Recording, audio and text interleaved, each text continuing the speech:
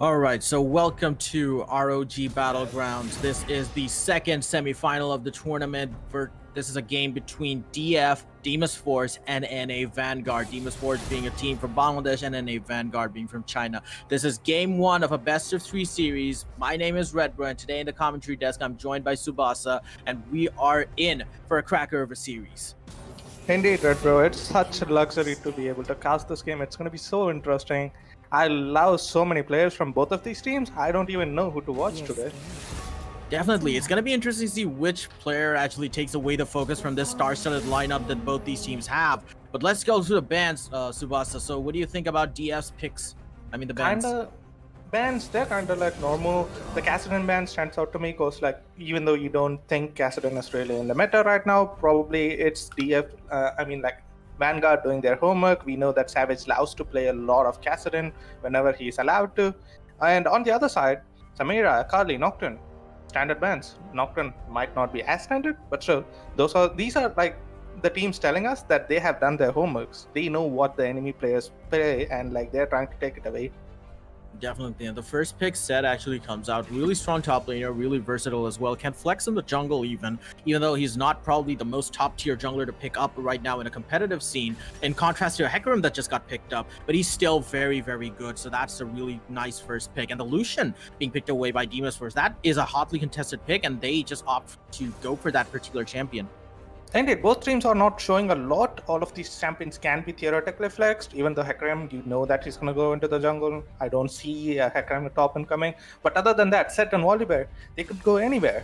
Silas is going mid then probably. But still, like, not a lot being showed by both of these teams, right? None of these picks are comp-defining picks where they can be played into most of the team comps. The thing that I want to look at here is DF going to go full onto the Hecarim team comp? Are they gonna pick up the Zillion, the Lulu, the Karma, anything to enable Hecarim, or are they just gonna use him as the pseudo engage to enable as a frontliner and as a dive threat? And that's the videos. Yeah, that's the thing, and their team composition just echoes what they want to do. They probably do not want to focus on feeding that particular Hecarim. They just want him to basically rampage around through the lane. They have two hyper carries in the form of Lucian and Ophelia, so that's going to be interesting to see how they protect that. And the next two champion picks might just be centered around protecting them. You might just see a top lane tank being picked up and a protective support being picked up for the bot lane, and we probably missed a ban. I'm sure it's probably a client error, and they might communicate to the other team on what the ban is. So while we may not know it, I'm pretty sure everything's being taken care of. The problem that I see here, Redbro, is there's no AP damage on DF so far. And we all know DF as a thematic for their team, they love to run the tank supports and the tank top laners, which enables them to roam around the map and like set up for team fights, right? Probably gonna be a Mordekaiser coming in for Termi, but still, I'm like, this draft is still open. Oh, it's not Termi, they're playing Vanguard. Okay. Yeah. So it might just be an AP top laner that they want to pick out to balance out the damage, but I think they're just putting their eggs into one particular basket, which is basically AD, and that is easy to itemize against. Even with your, let's say for example, you're playing Volibear and Set, they scale really well with those armor items as well. They're really well built into those particular items, and the Silas pickup just makes so much sense because you have those ultimates to steal away from Hecarim Engage. You have that right now, so that just circumvents the problem that they might not have an Engage in the first place given their mid lane pickup or their support pickup. So if they can circumvent that, they can just go for it. And your prediction holds true. I killed Van Gogh, picking up that Mordekaiser. And it goes like, you don't want to give the luxury of a Volibear Set team to be able to stack up armor. These guys love their Sunfire Caves, they love their Ninja Tabis. You're going to get destroyed while running a double marksman if you don't have any sort of AP threat. Even though the Mordekaiser might not be that big of a threat, if he gets ahead, he's a threat to the entire map, including Baron and Dragon, my boy. Of course. Mordekaiser scales really hard with those particular kills and assists, and he's just an amazing all-around mid to late game champion that just has that imposing threat to the enemy team, and he can just take away someone from the enemy team. But we do see that we are back in the lobby. Might be some connection issues going on. Yeah, it seems like there are quite a few issues with either the clients or the connections. Yes, as we called out, it's a client bug. We should be back in draft, and I'm going to assume it's going to be the same picks and bans right up to the last moment. Also I need to comment on the Aphelios takeaway. Because if you are someone who has been following these teams, you know that like both Crixus and Nightmare, they love their Aphelios. They have been known as the premier Aphelios player in the region, right?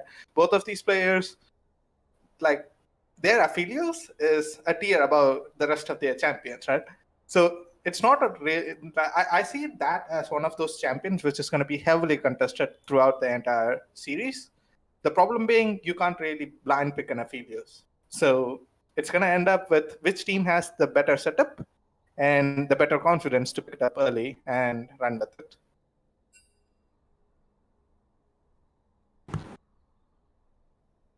Definitely, and the Aphelios is something that Crixus really likes to play. We've seen him performing really, really well in the past tournaments. Wherever his team was down and out, he's been the saving grace for his entire team, dealing that insane damage and using those guns to great proficiency as well.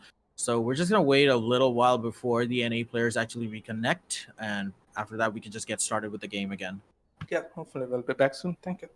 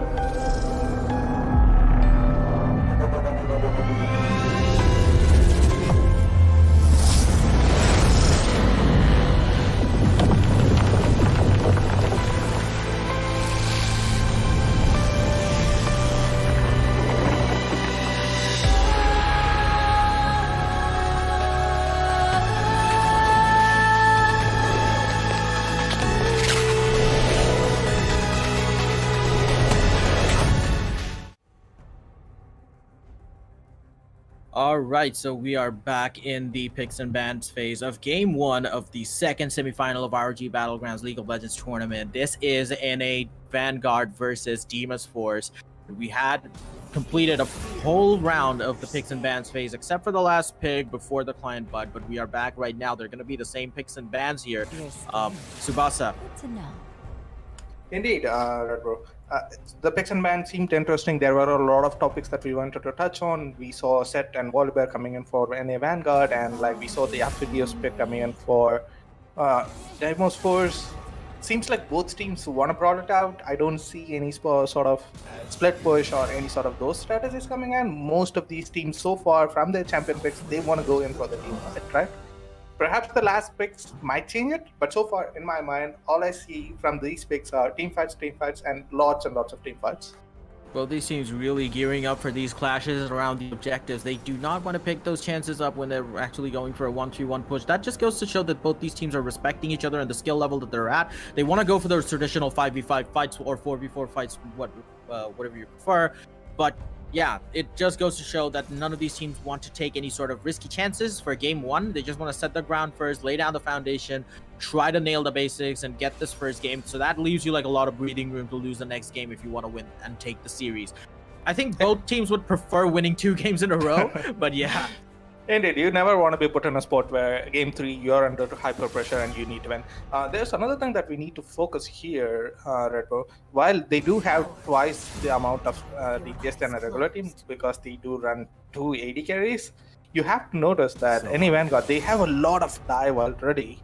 And DF, they don't have any peel, like any true peel so far. And Rusty Panda, he isn't known as the Lulu or the Karma player. He's someone who loves to play the second jungler playstyle. He's gonna try to camp mid, right? Yep. I'm curious to say if Vanguard, they're gonna pull out something like a Leona and punish Aphelios super hard in lane, because it's not impossible. Yeah, that is a strategy that you should take against a team composition that runs double AD without any sort of protective composition. But Deimos Force, the way that they're going right now, they're just going in for that hard snowball. They want to win those lane engagements and win those skirmishes in the Dragon and the Rift Herald area so that they can just snowball into the mid-late game, and the protectiveness shouldn't be an issue. However, come the hyper late game stage, I feel like Volibear and Zed, they just scale so well with so little gold value items because they just scale with tank items because they have those sorts of high base damages, right? And that just allows them to demolish any sort of backline that their opponent team has. And that's going to be a risk factor for Deimos Force. They're going to have to finish this early on, otherwise they're going to be in a world of hurt. Exactly, and there's a Nautilus coming in, right? It's not the Leona, but it still wants to do the same thing. I'm not that impressed by the Ezreal because I would have preferred much better or much stronger early game AD carries. But we're gonna have to fall back to player comforts and what player champion pools are. So perhaps it's one of those cases, right? Perhaps Nightmare is much more confident than Ezreal. But still, Aphelios against Nautilus, Volibear, Set, and Silas. That's going to be a really hard game for Crixus. And he has shown up in the past, and let's see if he can today.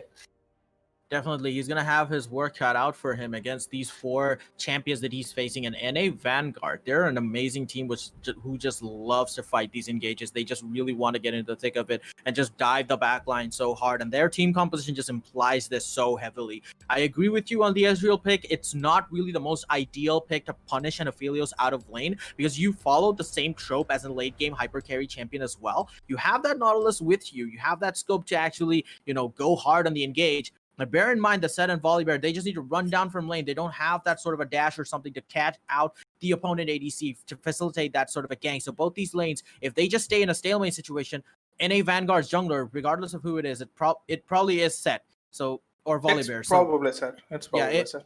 It's probably Zed. Yeah, if it is Zed, is it Zed?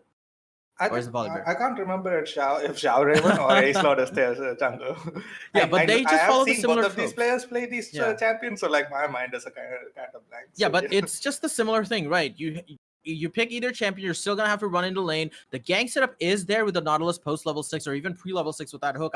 But I'm pretty sure Crixus will be in position to dodge out those NA Wonka's hooks, right? So exactly, that's the lack of gank setup in that lane. So it's gonna make it difficult for NA's jungler to actually gank. And I don't think anyone I don't think they want to do anything pre-level 6, regardless of whoever the champion is, right? All of these champions, their power comes in at level 6. Even someone like Ezreal, level 6, CC into Ezreal ultimate, which isn't blocked by any other target, deals so much of your HP and damage. And imagine now a Nautilus and a Volibear diving you. I don't see how you're going to survive that. And coupled that with the set, basically bringing up Braum or the Mordekaiser, depending on whoever has the most amount of HP, down to the back line. And that's going to deal a lot of damage. And he has just free access to that particular segment of Deimos Force's team.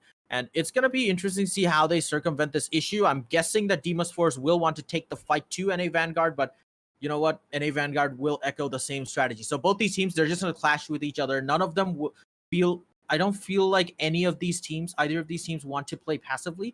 Both of these teams are going to look for those straight up engages, and we're going to see a really aggressive game coming out from both of them.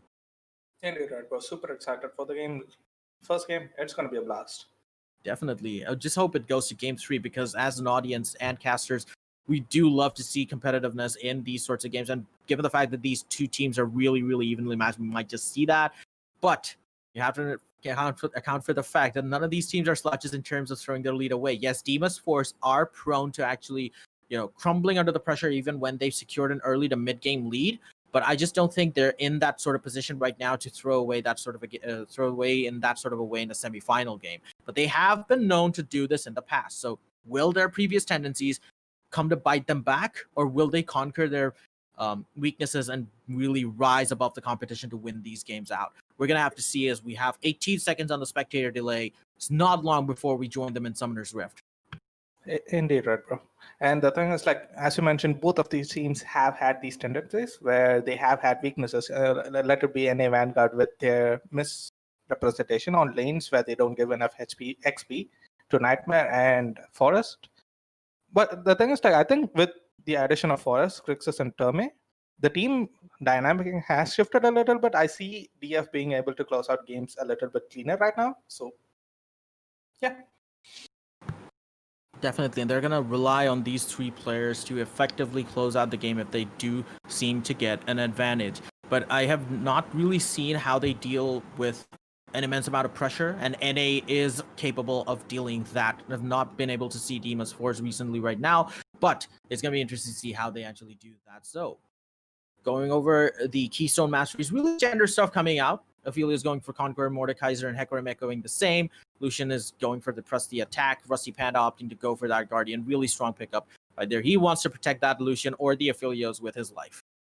And it seems like it's Ace Lord in the jungle, even though we were a little bit confused.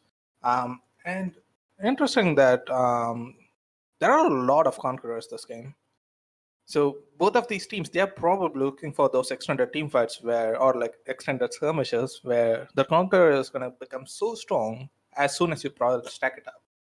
And every single champion here loves doing it because like they have the tools to do so. Even someone like Aphelios, your Severum Q, it's going to stack it up in no time.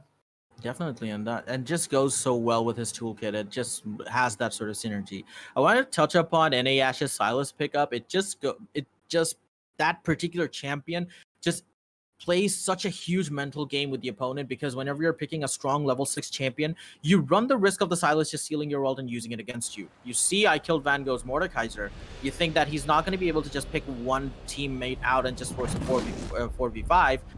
You know, NA Ash can just do the same and force a 4v4. And that is really, really scary for the side of DF. If they lose one of their carries out, it's going to mean curtains for them, because they're going to lose out on a lot of damage. But if the Mordekaiser, I killed Van Gogh, does take out Ezreal, NA Nightmare, or let's say, for example, even NA Ash, we're going to see a lot of, topsy-turvy plays coming out. Indeed, and interesting that you bring up the interaction between Mordekaiser and Sylas, right? Whenever you see a Mordekaiser, the premier strategy is to build 5 QSS, right? He's going to be useless at that point. Yeah. But you can't really do that against the Sylas, because as soon as you do that, he's not going to care about Mordekaiser ultimate anymore. And unless the enemy team has enough CC to warrant your QSS buy, it's just a money thing. So I don't think anyone else going to go for that strategy. You might even see scenarios where Sylas with Mordekaiser ultimate is going to be way more efficient than Mordekaiser with his own ultimate. Definitely, because you don't expect to itemize against that particular champion. You're not going to assume that Sylas is going to steal away the Mordekaiser ult every chance he gets. Exactly. So, yeah. And the other thing you have to note down here is, yes, while Sylas has a huge power spike at level 6, and when he has max points on his W, he's going to be like infinitely sustaining through. You still got to remember, Lucian wins against Sylas pre-6. Right. And Sim Kingdom, he has the Ignite going for him right there. Yep, definitely. He's going to basically, try and go for that early engage against the Sylas, because he's really weak pre-level 6, given the fact that he has low amounts of damage built into his kit, but he does scale really, really hard. That's a trade-off for the champion. Looking at the jungle matchup, Hecarim versus Volibear, both these champions just bring really, really different value to their teams. Hecarim being the strong snowbally force that basically just pops off every single time he gets an assist or a kill, while Ace Lord on that Volibear is going to look for those insane dives and just be an all-round tanky frontliner that just causes havoc for the enemy team. And as you said, Sim Kingdom starting off level 1 with the aggression. Indeed, and itemization is going to be the name of the game for the entire series. I don't want to see any of these players making weird items on their champions, which doesn't make a lot of sense.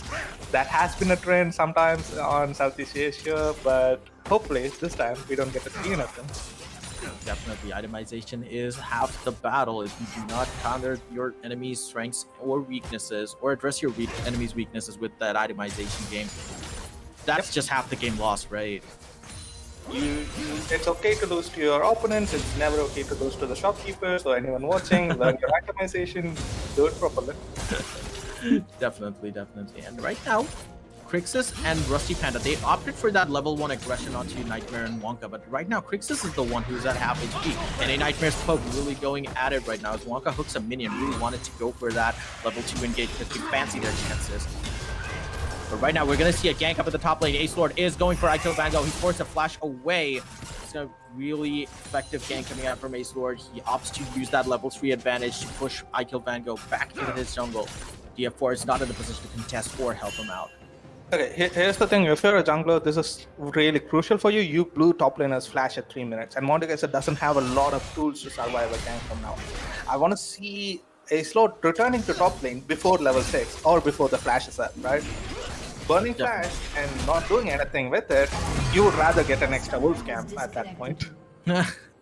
Definitely, and that's just goes to show how important it is to follow up to your ganks as a jungler whenever you know that the summoner is down. You know that for 5 minutes, a champion like Mordekaiser is not going to survive, especially given the fact that Xiao Raven playing that set has good gank setup with that pull that he has. And if you're a Volibear, you can just waltz up into the lane. You have your own flash. You can land the stun and dish out tons of damage to really ruin I Kill Vanguard's day. So we're going to see more top lane involvement coming out from Ace Lord in the next 5 minutes.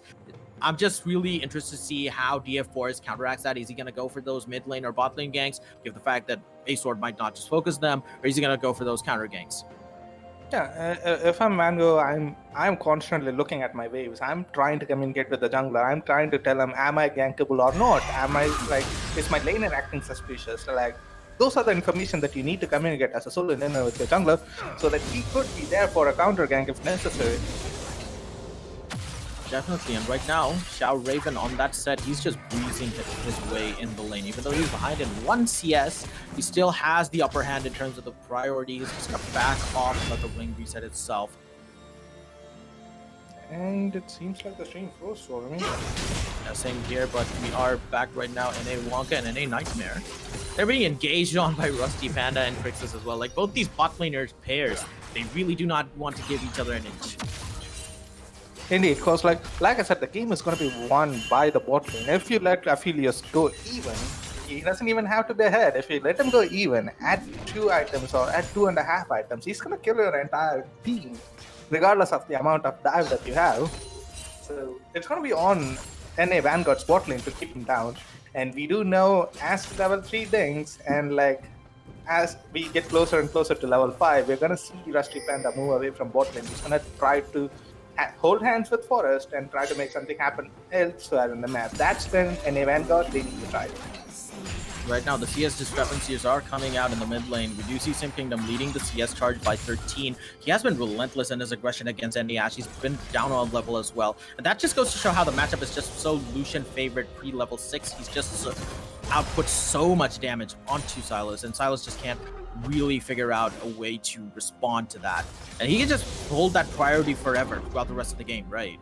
Indeed, right. If you get ahead early, you have the tools to now stay ahead early. And as long as you know what you're doing, Sylas might not be even able to come back another game. We do see I Kill Vanguard is pushing Ace Lord, promptly responding with a gank of his own. DF Force is there in tow. Are they going to go for this engage? It's going to be a 2v2. Xiao Raven might be in trouble. He gets taken really low. Ace Lord is still going to commit for that fight. The Ghost is popped by DF Force, but they do not decide to go in. That was a bit late, but the double root comes out in the bot lane. Are we going to see aggression? No, Xiao Raven. Meanwhile, in the top lane, they've done a re-engage. The W shield is going to help them survive for a bit. But in the bot lane, we're seeing a lot of aggression as well. Is it going to be enough? The hook onto Wonka. Wonka takes the first blood in a turnaround kill against Crixus. They have enough damage to kill Rusty Panda. Flash Q does not land onto Wonka, and a Nightmare might want to basically chase this out. DF Forest is in the enemy jungle, so both these lanes, action all around. So much chaos coming out of the top lane. NA Vanguard, they were trying to bait in Vanguard for a kill right there. Because like, you saw Xiao Raven, he was freezing a minion. He didn't even opt to use his W on the minions, because like, he didn't want to push it out accidentally. And Forest, luckily, was able to read that gang setup. It doesn't even matter. No, that's not really the gang that you want to look for. I Kill Vanguard dies prematurely because before DF Force could even go there, allowed Xiao Raven to get that level 6, and he gets another kill. That was just disaster for Deimos Force in the top lane right now, even though they did not have the worst or disadvantaged position. They still somehow lost spectacularly. Indeed, Red Bro. We are talking about how the previous 2 minutes went out and like all of these macro decisions that went into it, and Vanguard misjudges everything, the damage output and like the spell cooldown, and he just gets solo killed right there. I think the engage was a bit premature coming out from him. Communication errors rampant in the top lane. Trying to find the same wavelength, they're trying to get on the same page as well, but it's just not happening. The last 2 ganks have been really detrimental for Deimos Force's top lane. Indeed. NA Vanguard so far, they have a 1k goal lead at 7 minutes. Like, that's super early. It's not the end of the world. But if you let this goal lead grow, and that might spell trouble for Deimos Force. So let's see how they respond to it. If it just translates into more objectives for NA, that's just going to mean that Deimos Force are going to basically fall behind even further. And NA Vanguard are in a position to contest the objectives much better than DF. And you see the pings are going down on that Infernal Drake. They do want it. They spot out Forest in the top side of the jungle. Might fancy a start right now. Yes, they are starting off that dragon. That just goes to show how well they're timing their macros, right? They knew that Forest was in the top lane. They just started the dragon right away. That's going to be a really easy dragon for NA Vanguard. Indeed, not much of an effort. You just have enough reliable information and you're able to deduce what you can and cannot do with the information at hand. There's no contest because there's no one to contest there. And NA Vanguard are just laying down the basics so well. Plan was to basically do that in game 1. Play safe, nail your basics, do the right things, don't go for an early engage or any sort of risks, and just play out your usual game, try to punish the teammates' mistakes. But we do see a gank coming out of the mid lane, but Sim Kingdom is having none of that. He's playing Lucian. He should be able to dodge a sword really well. Yeah, I don't think there's going to be a successful gank that's going to happen in mid lane.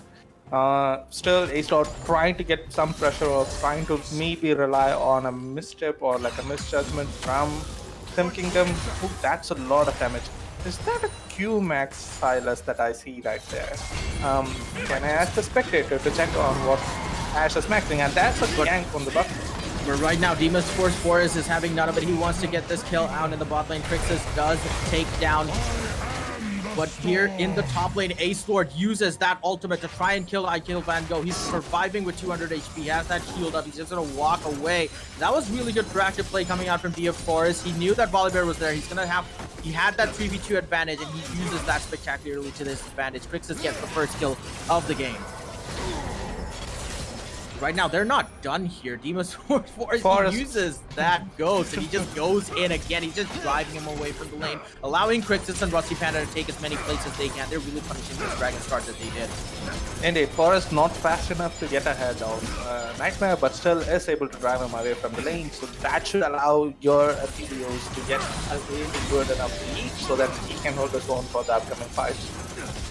So he has a kill, he's TNCS ahead, and he's going to get 3 plates off of that one particular gank. I consider this a really good win for DS bot lane, given the fact that Aphelios really wants to get as much gold as he can in this early to mid-game transition period, because he's going to scale, he's going to start that scaling from the mid-game, right? So if he has that enough gold to go back into base and just buy those items that he needs, the recipe items, he's just going to have an easier time dealing out those insane damage numbers. Indeed, Red Bull. And yeah, as I was talking, it seems like mid lane Sim Kingdom is going to opt for the Man Immune build. It's not something that very different. It's like the standard these days. It's going to allow Lucian, an early game champion, to scale decently well into the late game. So as long as he keeps his lead up, he's going to be able to do really well here. And that's going to be another gank. NA Vanguard. I killed Van Gogh is being ganked continuously. He does not have his ultimate up, and he's just going to die. That's a textbook gank coming out from Ace Lord and Shao Raven. And Ace Lord is just basically playing bully here with I killed Van Gogh. He's just basically pushing him out of lane. And they also have, I think they also have the Rip Herald, right? Or no? I think they should have it. I do see an anime. Yeah, yeah, they do have the Rip Herald. But here comes Force. He wants to go for this kill. And Shao Raven was tanking down the turret, but here ASUS was tanking down the turret. Shao Raven was doing the same as well. He's going to use his W shield to survive, and he does, even with the silver of HP. Meanwhile, NA I think he got DC'd in the mid lane or something, but he is back, and he's going to have Sim Kingdom raining down fire with his ultimate. He was probably looking at bot lane or top lane, so since he has a teleport, but you don't want to do that while standing at the middle of the lane, buddy. The unfortunate thing there is, we saw that ASUS had his Barmaid Center, so all Forest had to do was just go near him, and Tergago is going to fall at him right away. Yeah, and uses that self-aggro against Ace Lord and just, takes him out. That was a good return kill, but I just feel like Vango is going to have a really, really rough game right now from here on out. Yeah, and like if people have been following me, that like what I have been talking about the entire tournament, I have always been talking about focusing these champions that want to impact other champions, the Shens, the TFs, or players who have teleport. So I think NA Vanguard, they're taking this to a next level. They're telling me, well, you talk about champions that can impact other lanes. We're going to take down Mordekaiser so that he can't impact any of our champions. Imagine you're being a Mordekaiser who's behind and you get killed in your own realm. That's not something you want to see. Definitely, and that is something that is going really well for NA Vanguard. Like I said, they're just nailing down the basics really well. They know what the team composition is like for the enemy team. They know these hinge factors that they need to basically address. Like, if you kill Van Gogh too many times, he's not going to be able to deal out so much damage. That allows you to basically itemize against the AD carries of Deimos Force. And that just opens you up to a whole new item path, which is armor only, because you don't really need to worry about Van Gogh's Mordekaiser, at least until the late game when he has a decent amount of items. Indeed, and like Mordekaiser's scaling graph is like kind of weird, where he's a champion that doesn't really benefit from sudden spikes in the late game. He wants to have a decent enough curve, and so far I see no curve in his path at all. Definitely, and he's just sitting at 0-2-0 while Shao Raven is sitting comfortably at 2-0-2. He's going to pick up that BO3 arc and just really consolidate his lead for himself in the top lane.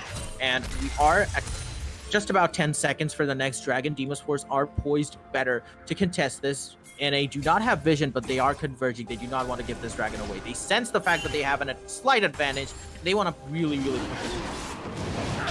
Yeah, and Dragon 2, it's going to be probably taken away by TF. I don't see any opportunity for Vanguard outside of a miracle stream. That's good. Yeah, even Van Gogh joined them from the top lane and did a 5-man dragon because they really did not want to take any chances with this particular one. The NA Vanguard, they were looking a bit scary with their positioning as well. They were looking ready to initiate, but they realized that they had a number 6 advantage. They just opt to back off. They can give away one Ocean Drake. That's fine. And like Aphelios had his Calibrum and Infernum, that's not something you want to take unless you are super confident and you're in position already. Because to stay, Aphelios' ultimate could destroy your entire enemy team if he has the right setup to do so. Wow, Ace Lord in the alcove, waiting for an opportunity. He's gonna have to use that recall because he knows that the lane is gonna push, and Vanguard's gonna have priority over this one. Completely opposite back off. Interesting to see Ace Lord opting to come bot lane, because here's the thing, right? Your Silas, he's a little bit behind, but as Silas, this CS deficit is not that big of a deal, right? Yeah. He hasn't died at all, he has managed to survive lane. Your set is also ahead. And like, this is when you go from having a 2-quadrant jungle to a 3-quadrant jungle. Yeah. So I want to see the Ace Lord, like, just camp the enemy's red side, take away every single camp, have Forest, like, have his life be miserable. That's the job of a jungler if your laners are ahead. So I don't think Forest is going to be able to answer by taking away the red quadrant from any Vanguard, right? Because Ezreal Nautilus against Braum Aphelios, it's not that big of an advantage yet. Yeah, and Shao Raven, you saw that he was in the top side of the jungle. He was terrorizing Forest, but he did manage to, drive him off a bit, but Forest did pick up his red buff, so that's good. But he's just gonna, you know, try and terrorize Force as much as he can in his top side of the jungle because the turret is down and he has that access to just use that tri-bush to enter the enemy jungle, right? Indeed, and like But here comes a fight. That's fight. Yep. Ace Lord opting to use the ult to doe away. DA Force is in tow. Sim Kingdom just cannot find enough damage to kill off Ace Lord. And here comes Shao Raven with that BOTRK. He's gonna go rummaging for Force. He uses that face breaker to get him in range. And it's a fight that's breaking out all across the map here. Force has joined his bot lane right now. And now NA Wonka is in trouble. He's going to get sandwiched by 3 members of DF. Are they going to get Nightmare? Rusty Panda lands the Q onto him. The flash comes out from Sim Kingdom. The stun doesn't land. It's enough damage. Sim Kingdom gets a double kill. Are they going to go for even more? No. NA Vanguard are in a position to retreat, but that was really good. That was a really good turnaround from DF. Indeed, it's kind of greedy from Shao Raven. At the same time, DF did really well to focus on the targets and to chase down people who are trying to flee. There was no reason for Vanguard to try to re-engage while they had already successfully managed to retreat, right? But still, really well done by DF right there. They knew that it was their moment to turn, and they turned immediately. Yeah, and like NA Vanguard's bot lane, they just got so isolated from the rest of the team when they decided to actually, you know, contest Sim Kingdom versus the bot lane of Deimos Force. That was a 3v2 and Force just joined into and that's just made them and just sealed their fate, right? They were supposed to die in that particular fight. And NA Vanguard were in no position to help them out. That was a stark contrast to what we've been seeing from NA Vanguard throughout the rest of the game. That's probably the first time they've shown a bit of miscommunication as well from their side. And like historically, Red Bro, this has been the time where NA Vanguard starts to struggle. The clock has hit 15 minutes. We are in mid game, right? Now is when you see NA Vanguard messing up their lane assignments. You're gonna see them ARAM a lot, and that has been a problem for them throughout their entire run through various tournaments. That is proving to be their Achilles heel given that particular fight, but it is just one single fight. Even though they do find themselves behind by 800 gold, 800 gold, given the fact that they were ahead by 1k gold, given the amount of advantages they carved out for themselves, it's still a stalemate of a game. It's still not really going either side's favor, but the dragon's going to be up. We're going to see another fight soon. And in Vanguard, listening to me, they have their solo laners on the side lanes, trying to soak up a lot of farm, trying to keep the enemy down, because while a lot of teams know how to put people behind, they aren't aware of how to keep people behind, right? If you like kill your opponent multiple times, but then let them catch solo AXP for, I don't know, 10 minutes, like you did nothing the entire game then. Okay, that is an engage coming out from NAD5. DF Forest was taken down ridiculously low. NA Nightmare takes him down. Shao Raven before to all, but here comes NA Ash from down below. But Sim Kingdom, he has just way too much damage. They can't find an answer to him. If Crixus uses that gun to basically try and get his chakrams off at an insane range, and Deimos Force, even though they clash against NA Vanguard, even though NA Vanguard had that support from NA Ash, they still lost out because Sim Kingdom is just dishing out so much damage. Indeed, right. And there seems to be a lot of miscommunication on the side of NA Vanguard in their team fights. You saw Set Ultimate being used while Ezreal also chased down Forest. That's too many resources dumped on a single player who's not even in the fight anymore. At that point, you could just let Forest run away. He's not going to impact anything. But by committing 2 people and a very crucial ultimate towards Forest, who's practically dead, you have nothing to do now that Sim Kingdom has joined the fight and the other members of Deimos Force have joined the fight. Yeah, I just feel like Shao Raven just takes a lot of utility away from his champion when he's using to basically secure a kill, right? And that's not the way you want to fight these. You want to use all of your abilities. You want to use all of your ultimates against a team composition like DF. Because as I said, if DF gets that ahead engage and they have a favorable fight, they're not going to let up. Their team composition is something that really goes well with a pressing advantage. And if you allow DF to take that pressing advantage away from you, you're going to have the end result that we just saw right now. You're going to lose the fight and you're going to lose out on those objectives. Indeed, right? Players like Sim Kingdom, Crixus, they're going to be on point with who they're going to focus down. And if you don't have the tools to answer and your focus is on the wrong point, you are not, if you're not effective with your spells, then that's going to be a little bit difficult for you. And it's still not the end of the world. Yeah, NA Vanguard, they're 1k gold behind. The game is still anybody's game, right, bro? Definitely, it's still anybody's game, given the fact that both these teams are really, really evenly matched. Even though we did see DF winning out 2 fights, given the fact that both these teams are just prone to making those miscommunications and mistakes, it'll just boil down to whichever team actually takes advantage of those mistakes better, and that's a really, really nerve-wracking way to play the game. Like someone's gonna get caught out, and you're just gonna have to basically be on your game, be on top, be on your toes, so that you're not the one who's getting caught out of position. Indeed, right. And there's the other factor. You see the DF, their players, they're ahead in form on essentially every single role. You don't count support, obviously. And Mordekaiser being ahead of form when Set was so ahead in lane, that's concerning to me. Those are the ways that you're going to let your enemy come back into the game, where you're going to try to run out on the map, you're going to try to do something, and like that's going to be a coin flip. It may work, it may not work. And your opponent is just sitting there. He's soaking up all the EXP. He's soaking up all the gold while denying you the same.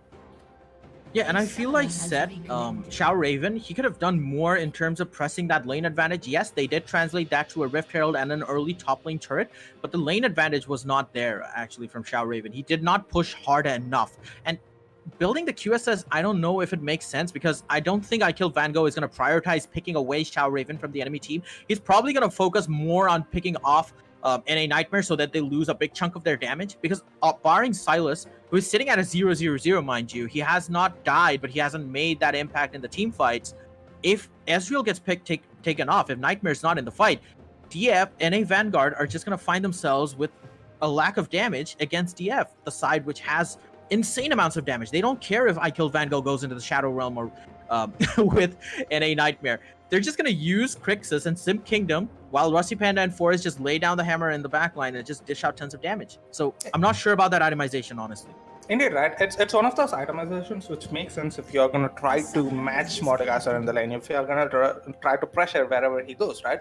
Because he also you cleanse immediately, and like you get all your core stats back, and now he has no way of like dueling you, right? But the itemization and the playstyle are not matching here. You have a Blade of the Ruined King and QSS build against a Mordekaiser, but you're opting to team fight. Why would you want to do that when your items are not supposed to do that? You don't have enough defensive stats, nor do you have enough HP to impact a team fight. Yes, you can in certain scenarios, but there are always going to be niche scenarios, right? Yeah. I would like, if you're Shao Raven, you want to be on a side lane, you want to try to contest against a Mordekaiser, because you have MR, you have QSS, and you have the Blade of the Ruined King. Yep. You can just bully Vanguard out and just draw a lot of pressure up in the top lane or in the bot lane, any other side lane that you pick. In fact, and that just hinges on the fact that if DF just sends 2 players down to address the threat of Shao Raven, which is not really a lot at this point, given the fact that he has just 1 QSS and 1 Blade of the Ruined King. And Mordekaiser, as the game goes on, he's going to be able to deal with that quite easily, in fact. And he's just going to hold that one particular lane and just have that stalemate. And NA and DF, they're happy to let Vanguard just sit in a side lane and address Shao Raven's push, right? So it's a double whammy coming out from NA Vanguard. And at a certain point, it's going to be too late because you don't have enough pressure anymore. Your lead is not going to be big enough because you don't manage to grow your lead. It's going to be stale.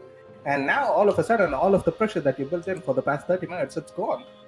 And you're going to walk into a team fight with 2.5 items, where 2 of them are made for split pushing. Yeah, the Dragon is up, and NA Vanguard now find themselves with 3 members already down, including their jungler. Even though DF are also down and out without a jungler, I think they do want to pick this fight, because Cloud Dragon, let's just be honest, other than the gold, I don't think a lot of teams see a lot of inherent value in terms of getting this particular dragon.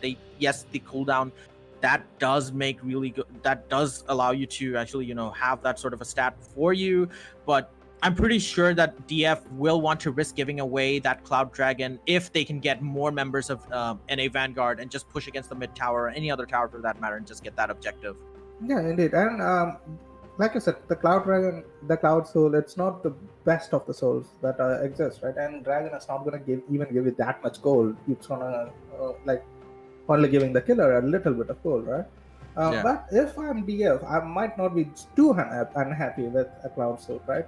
Because I have Vikram, who allows a lot of movement speed, right? And Mordekaiser, Imagine a Mordekaiser. As soon as he casts his ultimate on you, he gets tons of movement speed. Now what are you gonna do? Yep, he's Yes, we gonna did run talk like a about train how engine. like Mordekaiser is behind and A whatnot, but summoner still, has disconnected. movement speed, like utility is a resource that will have much higher value in certain scenarios. Definitely, and when you're alting Nightmare's Ezreal, right? With that insane amount of movement speed, the arcane shift is just rendered moot. Unless you alt in front of a wall or something that just really takes away your access, maybe a pit. I really don't see how Nightmare's gonna go away from a Cloud Dragon Soul Mordekaiser that I Kill Vanguard is playing. But also bear in mind that Sim Kingdom, whenever he ults, he's gonna have a lot of movement speed for him as well. Coupled Yeah, with his the double same. movement speed, Like he's gonna be really slippery. yeah, the same goes even for someone like Reckless on Aphelios, right? Traditionally, you don't care about Cloud Soul on Aphelios, but against a Volibear, a Set, and a Nautilus, you'll take that any time of the day. You can kite them out efficiently if you do have the insane amount of movement speed you get after you throw down your ultimate. Right, and that's just gonna be really interesting to see if we actually get to that particular soul point of the game. Because given how frequently we've been seeing fights erupting left, right, and center, I'm not gonna be surprised if we see an end to this game in the next 10 minutes, and we see an end to this game before even the Dragon Soul is achieved by either of these teams. But looking at the itemizations, what do you think about Lucian's item build? Pretty standard, right? Yeah, it's pretty standard. There's nothing to comment on about. He's ahead, so he's looking to get his Muramana up early.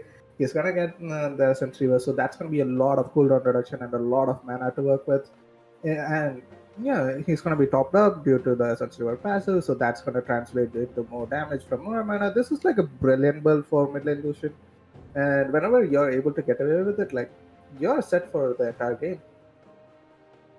Definitely. And one of the unsung heroes of this game is probably DF Forest, even though he has played a significant impact in this game. That's why he's unsung. Like, he hasn't made a lot of flashy plays, but he has 100% kill participation for his team. So every single time Forest engages in a fight, they won that sort of engage and they just got a kill. So he has a 100% effectiveness rating in this particular matchup. And just goes to show, even though you do not need to make the flashiest plays as a jungler, you just need to be at the right place at the right time and facilitate these sorts of kills for your team.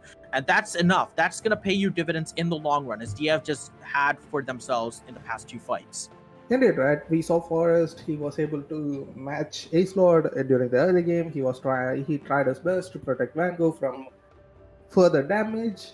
And even when top lane went down, we were able to see Forest trying to sneak away his camps in a quadrant that he had no business being in. So Forest, he has been doing really well. Yes, his scoreline is kind of not the ideal thing that you want to see, but Look at the if CS. you're playing this sort of team form, that's something that you take for the team. Yeah, even look at the CS difference. He has so many camps over Ace Lord. It's not even funny. It's 125 to 96. And Deimos Force, they're just gonna pick up the easiest dragon in the game at this point. Sim Kingdom still laying down that pressure in the mid lane, even going toe-to-toe in Zhao Raven. Even if he's under the tower, he does not care. That's the amount of damage that he has right now in his particular toolkit. Deimos Force pick up that Cloud Dragon. They now sit at 2 dragons away from Soul Point. Sim Kingdom also easily takes down the first mid turn. Yeah, that's such a huge amount of gold on the Sim Kingdom. If I were him, I would prioritize staying alive right now because he has a 550 gold bounty on his head right there, right, bro? So everyone's gonna have their mark on him at this point. Yep, both these AD carries are basically going to be the center stars for Deimos Force, and they're gonna have huge red targets painted their backs for NA Vanguard. And NA Vanguard's team composition is specifically to address these sorts of situations where Deimos Force have 2 AD carries popping off, 2 squishy champions being the hinge that they're gonna rely on to carry the rest of the game.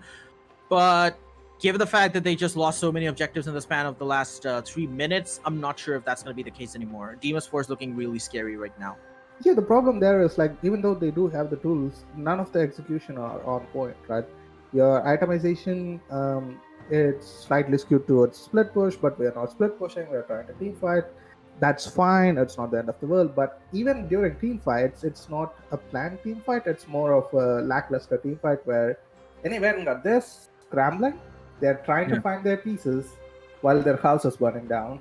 Because as you see, all these team fights, they have started from random pick attempts or we just ran into the enemy, so let's just fight moments. None of them were like there was no objective that they were fighting for. There was no setup, and if if NA Vanguard, they manage to get a decent enough setup for their team fight and they can have a team fight on their own terms, they can still win one just as easily even now with a goal deficit. A summoner has disconnected. Last 2-3 fights have gone for NA Vanguard in the sense that they've taken that proactive initiation, but they went all the way back to the end of the spectrum where they found themselves on the back foot and they were playing reactionary, right? They took that initiative to try and fight DF, but when DF actually counter-engaged, they were the ones trying to react to DF's counter-engage suddenly, and they just looked so disassembled at those points in the fights. And if that's the story, or that's the case for the rest of the game, this game is set and sealed, honestly, given how DF have found their footing again, despite that early game stumble. I They're not would gonna say win that if I were you, I would, like, we have seen how South Asian games go, right, bro? This, but still, it does seem, right? Theoretically, on paper, DF does have a lead because they were the ones that were given the luxury to sit back and do nothing. Because they have the Aphelios, they have the Lucian with Muramana, they have the Hecarim for the insane long-range engages where he can close so much distance from so far that you can't even prepare for him properly. So the Aphelios being on 2-1-1 and Lucian being on 4-0-1, that's something that I would be concerned of if I'm an Vanguard, right? Yes, we do have Set and Volibear to answer them, and they do have decent amount of gold funneled into them. At the same time, my Ezreal, he's still on 2.5 items, and Set hasn't been really. Silas hasn't been that impactful. Ash, he has been struggling to get the key ultimates and get a good positioning in game fights, right? So yeah, it could be anyone's game, but it's going to be way more difficult for Vanguard to execute their team fights properly going off of this point. As the pause timer counts down, can we get some love for us casters down here in the chat as well, please? Because we've been entertaining you guys throughout this entire pause time while we've been staring at one particular screen. And believe me, guys, it's frustrating for us as well, but we do live in South Asia and we are plagued by a lot of problems for League of Legends. Despite that, we keep on continuing playing this game because of our love for this title. And we are, as I say that, we are going to resume finally. So we're back into the action. Yeah, that's caster's curse in a good way, right? So perhaps we should do that quite often so that like we can get a game done. Definitely, whenever you're facing a pause time where you ask for love for the casters, and the game will basically prevent you from getting that love in the chat, then he hates you. And that's gonna be a referral from there by any Vanguard. They should be able to get the first star in the mid lane, because I don't think DF being in a good position to defend against it. They don't even get one charge out of that. That's just not Never mind then. positioning for the Rift Herald, honestly. He just faced an onslaught of damage as soon as the Rift Herald just spawned. I'm not really sure about that position. Really questionable stuff. The thing is, I believe in Vanguard they had the right idea to do so, because you just came off of a recall. You can take a quick one, but unfortunately they didn't have the tools, nor did they have good enough position to defend Rift Herald. You can't just expect them to do all the work for you. Guys, you have to assist them. Poor Rift Herald gave away his life for nothing. And a Vanguard didn't even take down the mid-outer turret, and Deimos Force, despite the fact that they lost the outer top lane turret, they now find themselves in a better position to contest because they got the mid lane turret, right? That just opens up these two insane entry points into the enemy jungle that they don't have vision over because the turret's not there. So that's just going to allow them more flanking opportunities to contest for Baron or Dragon whenever it comes up. So yeah. Yeah, at this point it's a 2.2k goal lead at 20 minutes. It's a decent enough goal lead for DF, and we do have the scaling champions in terms of videos. Yeah, this seems it almost feels like DF, they know how to choke their enemies out of their own resources, and if the goal lead keeps escalating, you're gonna get to a point where it's too big and you can't do anything about it. Let's just hope they don't choke themselves out on their own lead, given the fact that both these teams have that tendency to do these sorts of things in that mid to lane game transition period, which is really, really crucial. It is 21 minutes, but right now, a lot of these champions are sitting on critical mass. One particular fight is just going to lead one team getting the Baron and snowballing that lead to a potential chokehold in the mid lane or in a lane that they so for. That's just going to mean one inhibitor turret and possibly an inhibitor for DF, while NA Vanguard will be happy to take away one turret and just consolidate themselves. So the next fight is going to be really, really crucial. We might just see that during the Dragon, but that's just 2 minutes away. We might even see an earlier fight before that. Yeah, and I'm really interested to see how the third Dragon for DF goes down, right? We did talk about how Cloud Soul, it's not the best in the world, but still both of these teams would love to have it. Here's the thing, you don't really need to fight for the next Dragon. You can, if you're in a Vanguard, opt to give it up and trade for resources which actually give you gold, right? Yeah. The third Cloud Dragon, the stats it gives doesn't equate to a lot of gold. It's a little bit of CDR on your ultimate, and its gold value is really low. If you're able to navigate the map properly, and you're able to trade for a tower or two, all of a sudden, now you have an influx of gold, and the gold lead that DF has is completely gone. So I'm interested to see if NA Vanguard can pull off something like that. Right now, NA Vanguard are just stuck in defense mode as DF secure their vision around that enemy outer jungle side and their jungle as well. NA Vanguard are losing out on the vision game because of that disadvantage that they put themselves in. Two laners, Sim Kingdom and Rusty Panda, are pushing down the top lane as well. They're going to get that turret. They're joined by Crixus and Cho in that Tribush area. And Shao Raven is forced to back off and let the turret just fall. And if you notice, now that mid lane tier 1 and bot lane tier 1 is gone, Forest has been staying in the enemy's red side jungle, right? He's picking up all the camps and he's ensuring that Ace Lord doesn't get any of it, even though it's his own jungle. This is something that NA Vanguard needed to do when the top turret fell, right? They needed to push and they needed to get advantage from the resources that they secured for themselves. Right, and that's what DF has been doing so well, honestly. And they just go for an engage right here. DF Force, he lays down that ghost. He's gonna go for Ace Lord. Ace Lord is forced to ult away from him. But here comes NA Ash. Is he gonna be able to do enough damage to him? Everything gets taken down really low. IKill Vanguard is forced to use that stopwatch to make him for 5. NA Ash is still in the Shadow Realm. He's gonna try and kill DF Force, but he does not manage to. Double kill, triple kill comes out from Crixus. Where did he come from? We thought that Sim Kingdom was the real threat. Here comes Crixus. He's like, hello, excuse me, I'm still in the game here. And Deimos Force win a consolidating, really reassuring fight. They're gonna get an inhibitor for it. It might possibly just end. And there's the Aphelios that I have been hyping it up from the champion select. Crixus right there telling me, you don't have to hype it up anymore, buddy. I'll show them myself. And comes in beautifully with a team fight, like really good positioning right there. He managed to do so much DPS while even not going noticed throughout the entire team fight.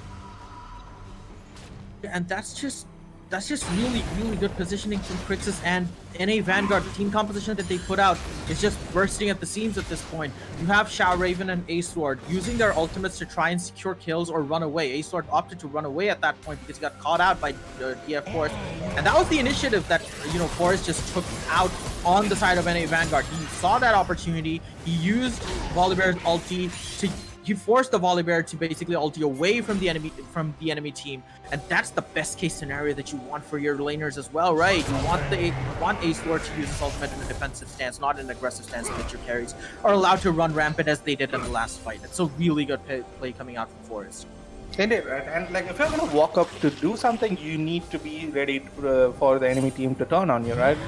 NA Vanguard did try to walk up onto the river for no apparent reason, and they get engaged on by Forest. And all of a sudden, you're forced to blow all your cooldowns just so you can escape.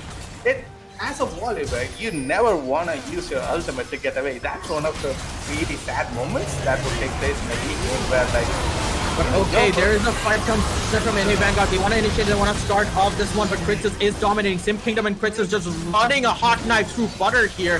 DF Force is not going to let Nightmare run away from this onslaught. NA Ash is fighting out IKill Vanguard, but it's not enough damage. Sim Kingdom picks up the triple kill, and that is surely game for Deimos Force. What a reassuring turnaround from them. After they got beaten hard in the early game, they turned it around. They went in the mid game. They won the last 4 fights in a very, very confident and resounding way. And this Deimos Force side is looking really, really scary. They're going to go into game 2 really confident. Indeed, we were skeptical on whether they were able to fix their issues, whether they know how to close out during mid-game and not choke, and they have answered us really loud and clear right there. So beautiful gaming coming in from their front. So, ladies and gentlemen, do not go anywhere. We will be back with more League of Legends action for Game 2. Are we going to have a series, or will DF continue this epic run? Stay tuned to find out.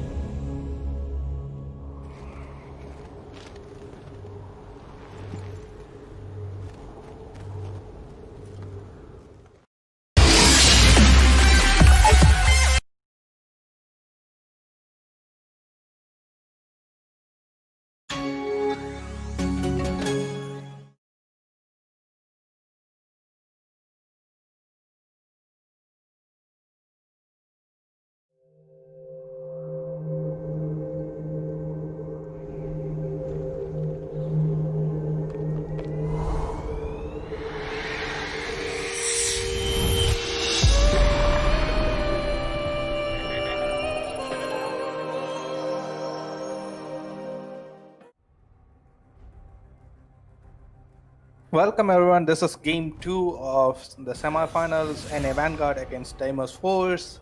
Game 1, it was pretty interesting to watch because Vanguard, they had a lead in the early game, but DF, they were able to claw right back into it, and that was a really clean game from them at that point.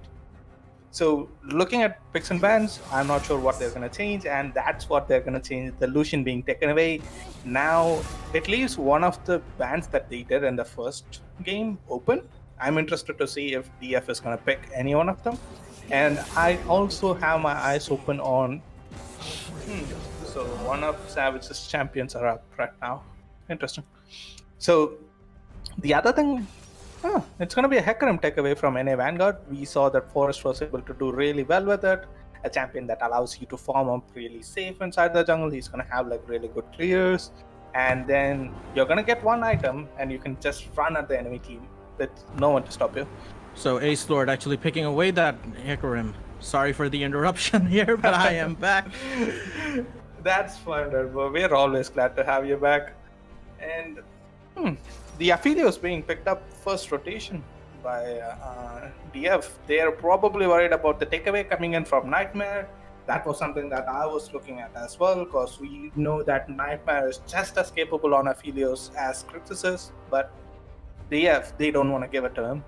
Yeah, that is a particularly crucial champion that they just hinged their entire game on in the last one, right?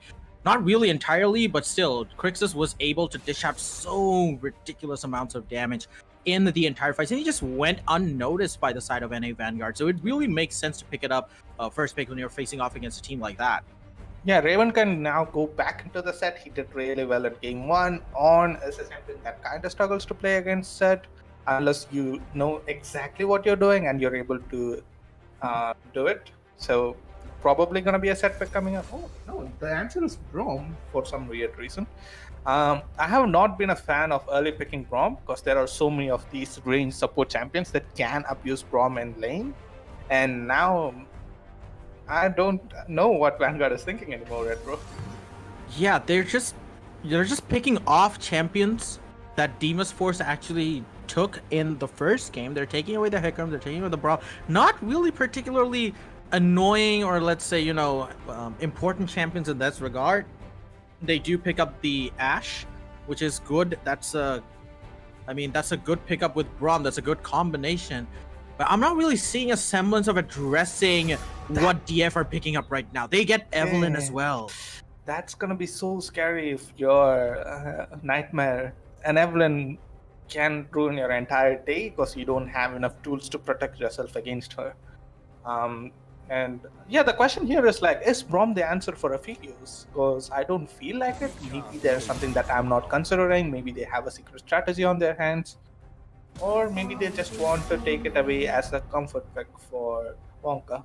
We'll see. Man, looking at DF's composition, it's at tipping point here because if you allow any of these champions to get ahead, or an Evelynn, or even Aphelios, it's gonna mean a lot of hurt for you in the mid to late game transition period because Evelynn's a champion. She just deals so much damage on her own. Can couple with that invisibility. She's gonna be a lot of trouble for Ashe, right?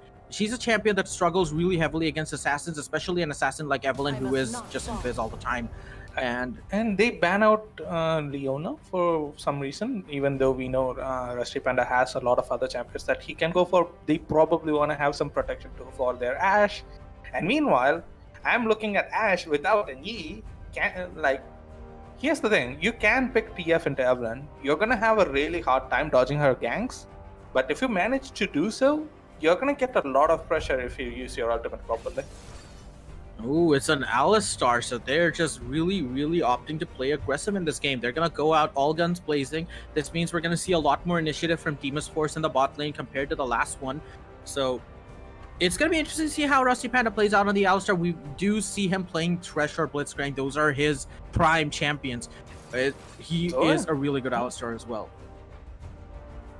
So yeah, it's a really good champion if you know how to pilot her, but can she get past the front line of On and Alistar is the question here. And interested to see what their final pick is going to be from Vanguard. Do they have an answer for the Evelynn here? So far, it doesn't seem they got any thematic counters. So Evelynn, it's her day to win or lose. Yeah, and I'm looking at NA Vanguard's team composition. it just seems a bit disjointed. Do they want to fight? Do they want to pick off? Do they want to scale? I'm not really sure what strategy they're following. They must have some semblance of a strategy going on internally, and we're gonna have to see how the game pans out to be able to discern that. But looking at DF, that's just straight up fight composition. And if he picks up this LeBlanc, Yes, indeed. Okay, so Deimos Force, they really want to fight. They really want to snowball. They're really snowbally champions like Evelyn, LeBlanc, and Ophelia's just scales really hard anyway, 300 years or what you mind.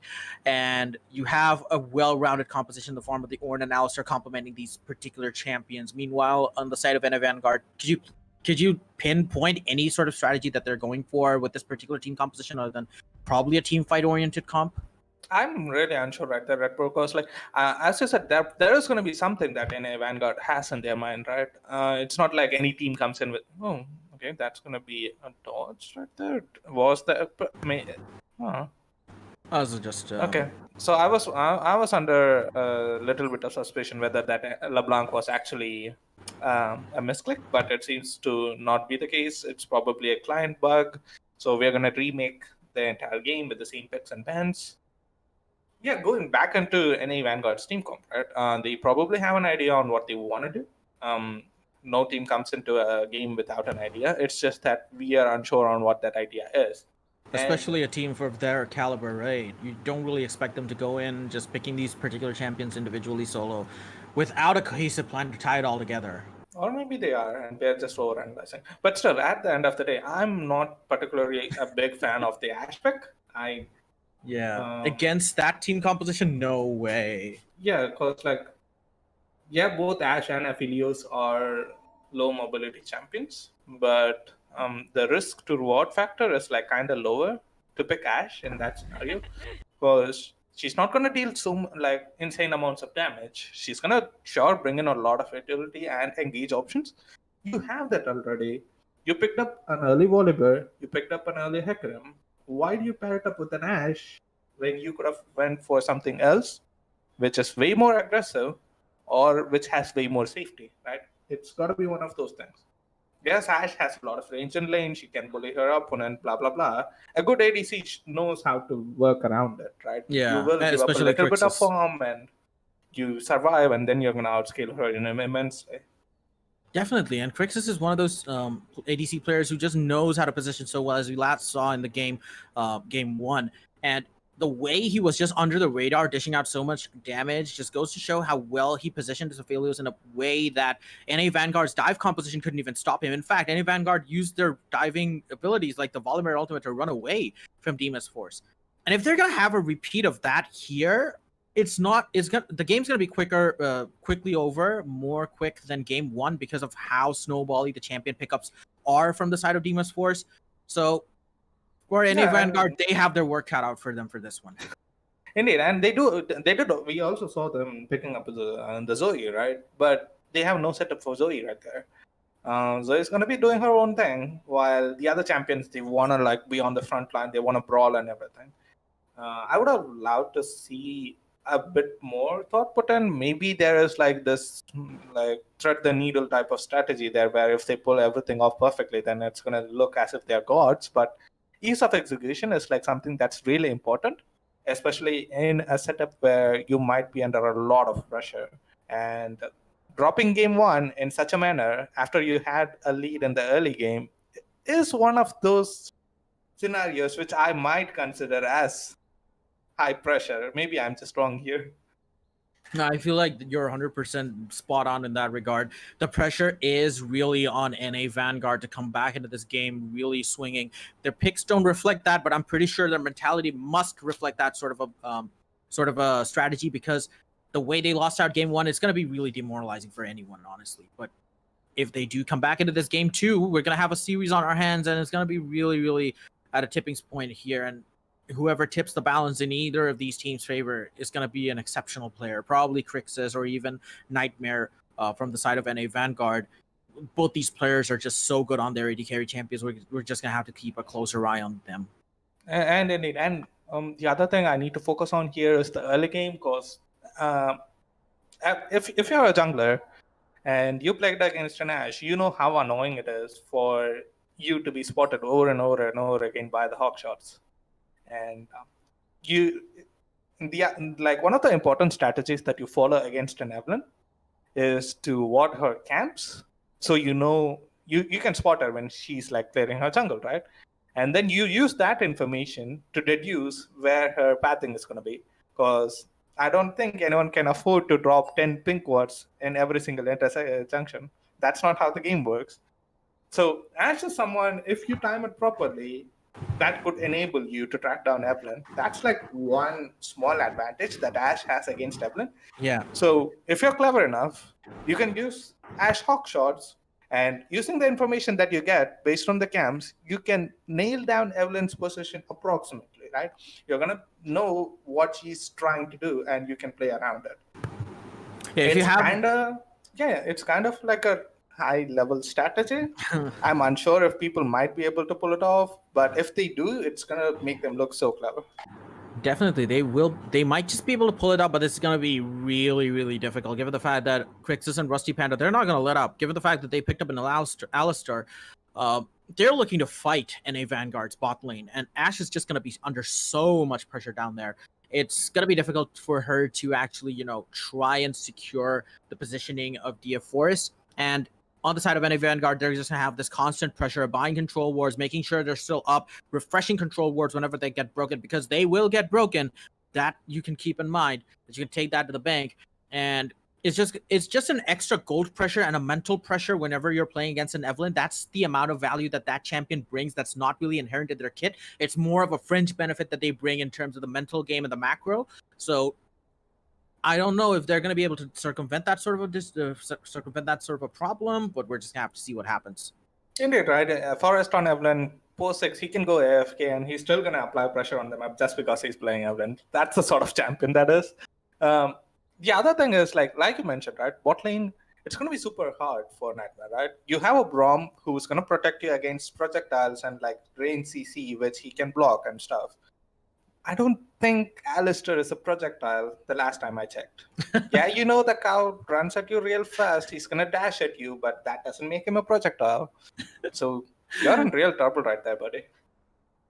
Yeah, and Braum is one of those champions. Well, he has tools to peel for his AD carry. I just feel like he's way better off as more of an aggressive support. He just does both jobs really well.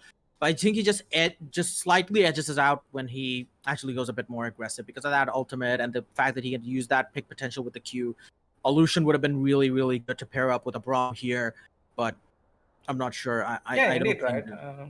This comes back to our concern where we saw like Braum being blind pick second rotation, and like that's not something you want to blind pick, right? It's a really good champion, but there are champions like Braum and Tom Kench, and like these are the champions you don't want to blind pick, because if you end up like blind picking them and the enemy picks champions that you can't interact with, then like your value goes down tenfold, right? Yeah. So yeah, it's going to be a little bit of a problem. It's not the end of the world. There are like experienced players who can navigate champions under any matchup. Definitely. So, yeah. And with all of the players in the lobby, we might just be looking at a start really, really soon. That goes on. We will be going back into the picks and bans phase. It's going to be the same picks and bans. They're just going to quickly run that through.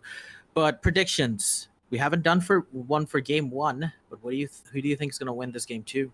I think, personally, I think both teams are evenly matched, but going off of game 1 performance and the glaring mistakes that I was able to spot out of any Vanguard, I think DF might have it.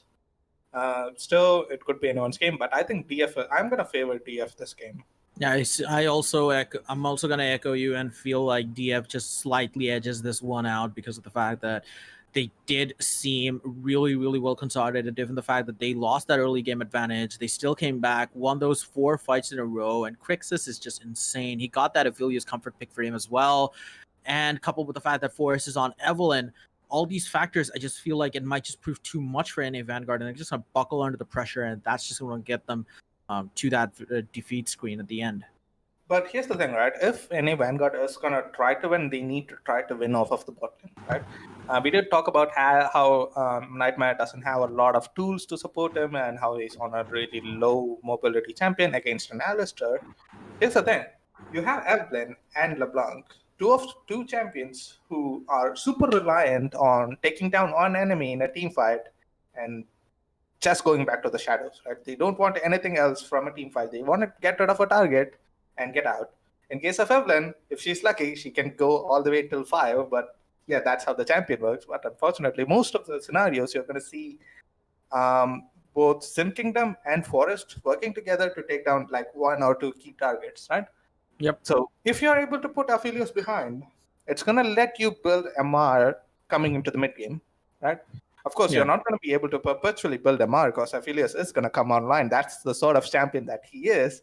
Definitely. It's still going to give you some breathing room where you could have enough MR and accumulate enough gold lead, where Evelyn and LeBlanc, they don't have enough damage to take down your key targets, right? And that's also based off the assumption that even after you build that MR, you're going to have that steady gold supply to facilitate the armor item purchases for your team as well. So if you do end up buying MR, but you are starved of that gold because of relentless pressure, maybe you're funneling your AD carries or your mid laners with farm and XP, you're gonna struggle to complete those armor items, and Crixus is just going to have a better game at that point whenever he comes online as well. So for tanks, it's harder to get items in the late game because of that funneling strategy that a lot of team follows. They just really want to get their AD carries to that late game tipping point and that power spike. But I just feel like Crixus has this one in the bag when compared to Nightmare's Ashe. Even though Ashe is a competent ADC in the late game, Aphelios is just way better and just brings way too much versatility to the team. Yeah, that's why I said, right? So execution is going to be really, really hard for Vanguard. There are strategies that you can pull off, but it's going to be really difficult on you. Like if you're Vanguard, you're probably looking at these zones. You're looking at the 2 AP assassins that DF has. You're looking at the On, who's going to even further allow them to scale up with his ornaments. And you're looking at Alistair, who's going to be like super, super beefy frontline without even any items in his bag. So yeah, that's going to be really difficult. If you're going to thread the needle, you're going to have to take Crixus down in the early game. So that will allow you to bring in your MR items, and it's going to allow the Mikhails to come in. It's going to allow the anti-burst items to come in, which will enable you to look for other opportunities during the mid game so that you can get some sort of hope into this game.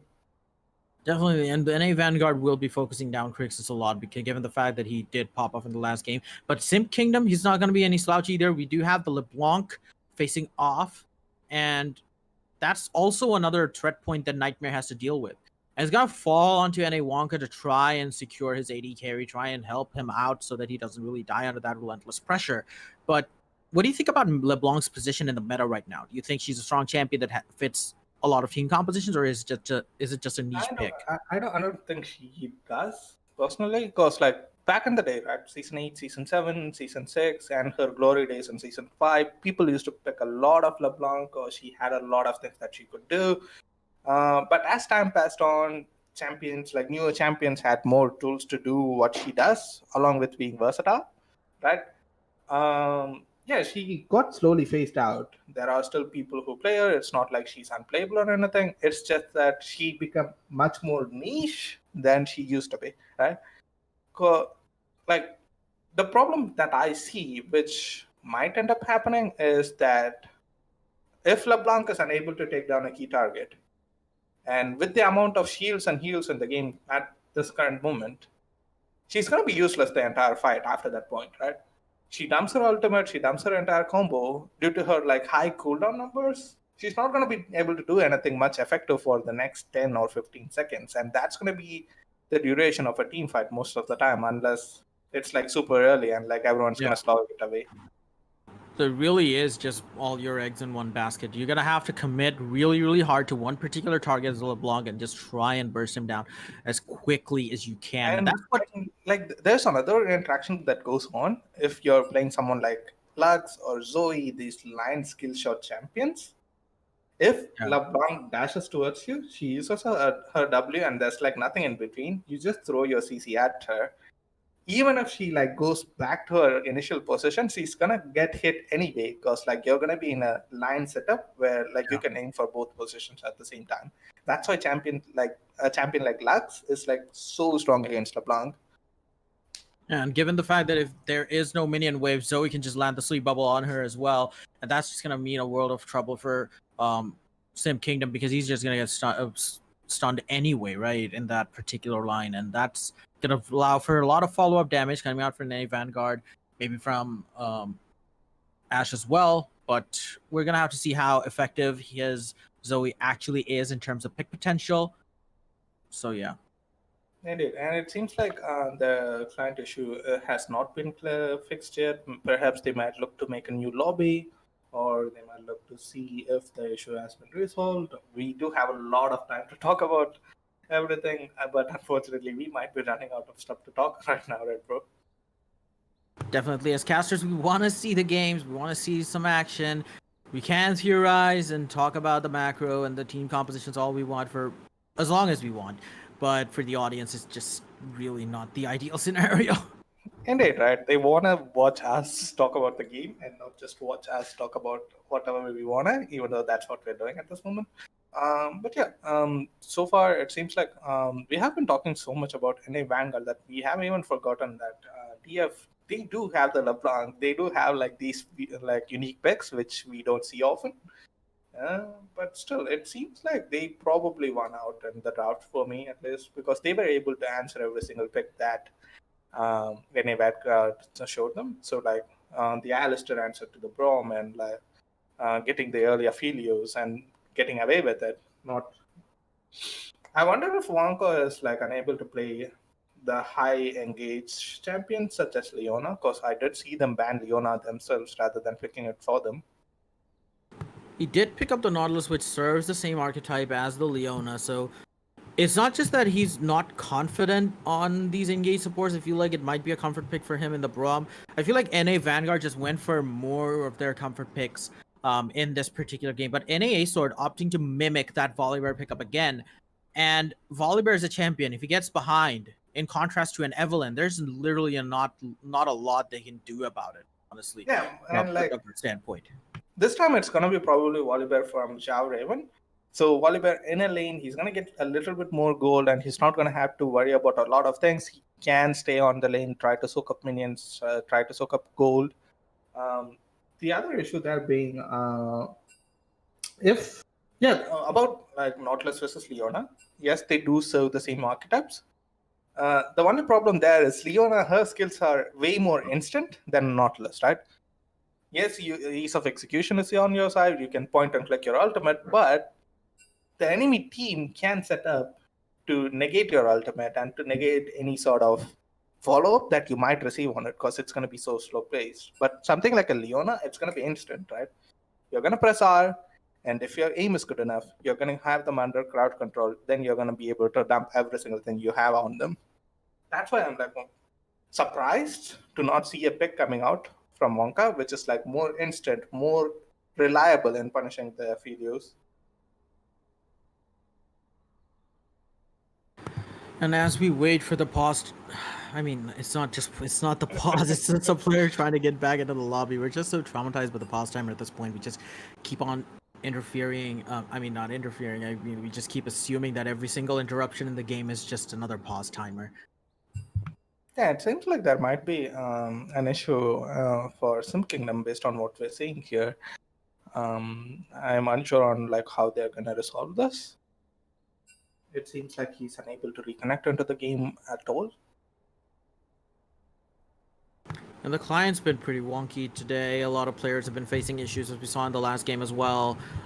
Frequent lobby disconnects, frequent matchmaking disconnects. Garena, if you're watching this, please fix the servers, please fix the client. We want to get a tournament going here. We have this sort of amazing, these amazing teams. Just duking it out in a semifinal. It's a really big tournament. People are also waiting. You can't have this league client in this state, man. Yeah, indeed. We're like the region, everyone in the region, we're working really hard to get better as a team and as a player and as an organization, as a region. But unfortunately, the client is not under our control. So getting a better client is all on their hands at this point. I think we should take a little bit of a break before we get back into the game. So don't go anywhere, ladies and gentlemen. We'll be right back. Stay tuned.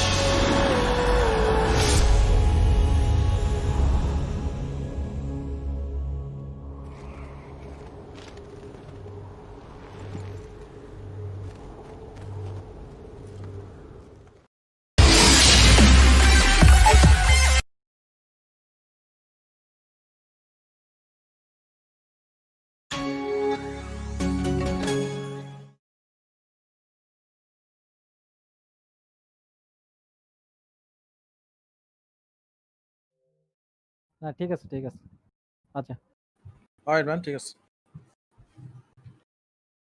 Let me know before you start. Yeah. Yeah, just give me a quick notice because I'm in another game. I'll like minimize and swap to this one.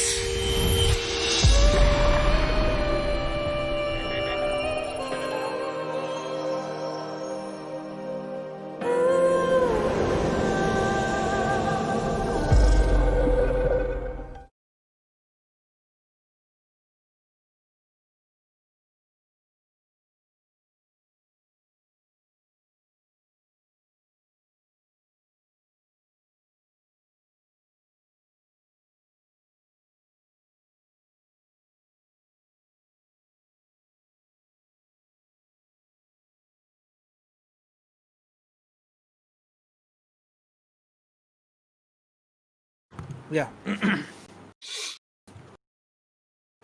Let us know when we start. Yep, I'm ready. Okay.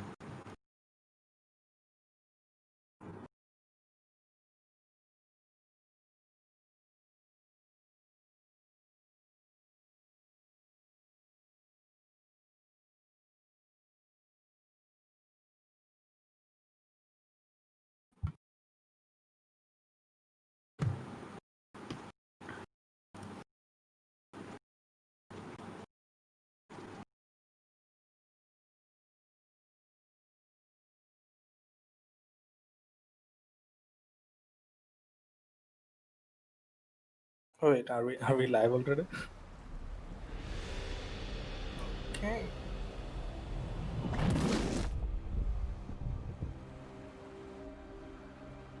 All right, ladies and gentlemen, we are back in the game after a long time trying to fix the client issues that have been going on, but we are finally back. This is game 2 of the second semifinals.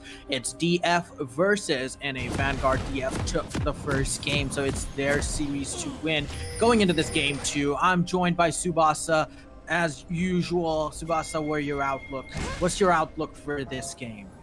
After a long time, indeed, right, bro? And like we have discussed so elaborately during like the past timer, quote unquote, that we had, and we know what these two teams are probably looking at.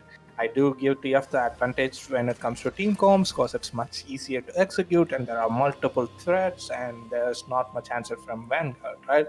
But you should still see that there is going to be discrepancy in terms of player strengths, and that's going to be where Vanguard has to go now. They need to go to their player strengths and try to like take down one of the enemy champions. Hopefully, it's gonna be Grixis but that's going to be a really tough job for them. But anyone does, right? You got to get some sort of lead somewhere, so that going into the mid game, you have something to pull for yourself. If not, if both teams go even when mid game reaches, I don't see a universe where any Vanguard is able to do anything.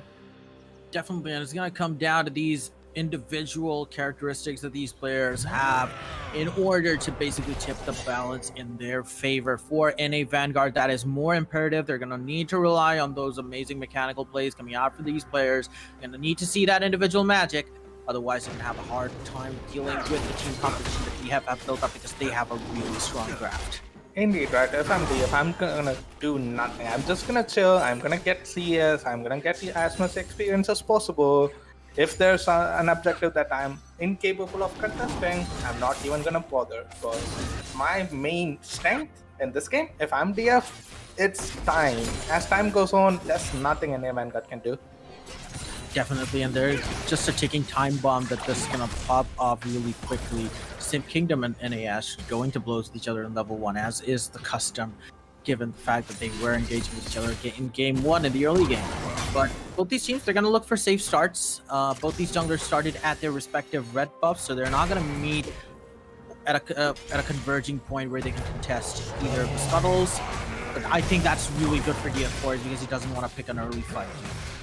You're not gonna win that auto trade right there, buddy, because it's a Volibear against an On. Obviously, level 1 to 5, Volibear is gonna do well, and like On needs a little bit of his items to come in. But if you're On, you don't care about it. You can just build it right away.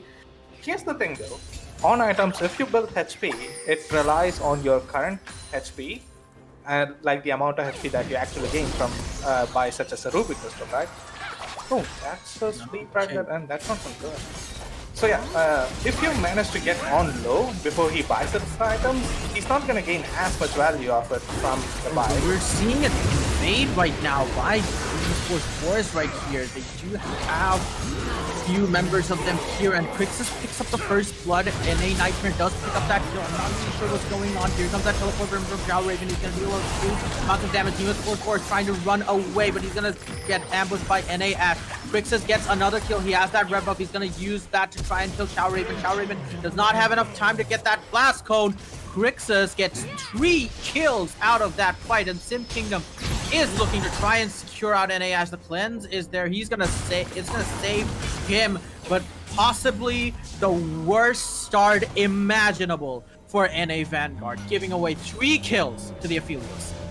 Disaster indeed, right there, Red Bro. Like I said, so much pressure on Vanguard to do something in the early game so that they could have some sort of advantage going into the mid game, and probably they bit off a bit more than they could chew. They had to have kept in mind on the tools that DF had.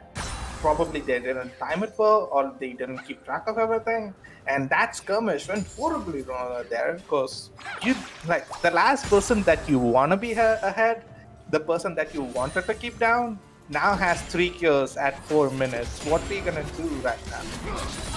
And it just goes to show how Crixus, again, he's echoing what happened in the last game as well. He was just dealing free amounts of damage. He wasn't getting focused down. Shao Raven did TP in, but he just had a little bit of a problem with the target acquisition.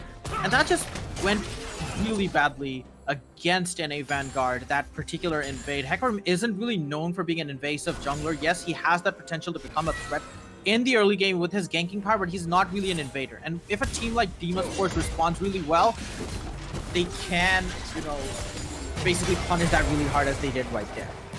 Indeed, and like I said, the problem is, I think this has been something that we have been seeing since game 1. NA Vanguard, when a skirmish or a team fight, oh, that's going to be against comfortable. That's again coming out onto A-Sword. He wants to do that redemption, but Crixus, he's just really good with those weapon swaps. Stops both of them in their tracks. Really, really safely gone out. But yeah, A-Sword's going to be really desperate to try and get back this, get the lead back from Deimos Force. Yeah, and as I said, oh, that's probably a disconnect. Oh no. But here comes Crixus. He does a lot of damage onto NA Nightmare, but here comes Ace Lord as well. Is he going to get that kill onto Rusty Panda? No, he survives with just 200 HP. But Crixus, oh my goodness, he's just so darn threatening right now. a BF sword at 4 minutes is just insane, and that's just showing itself right now in the fights.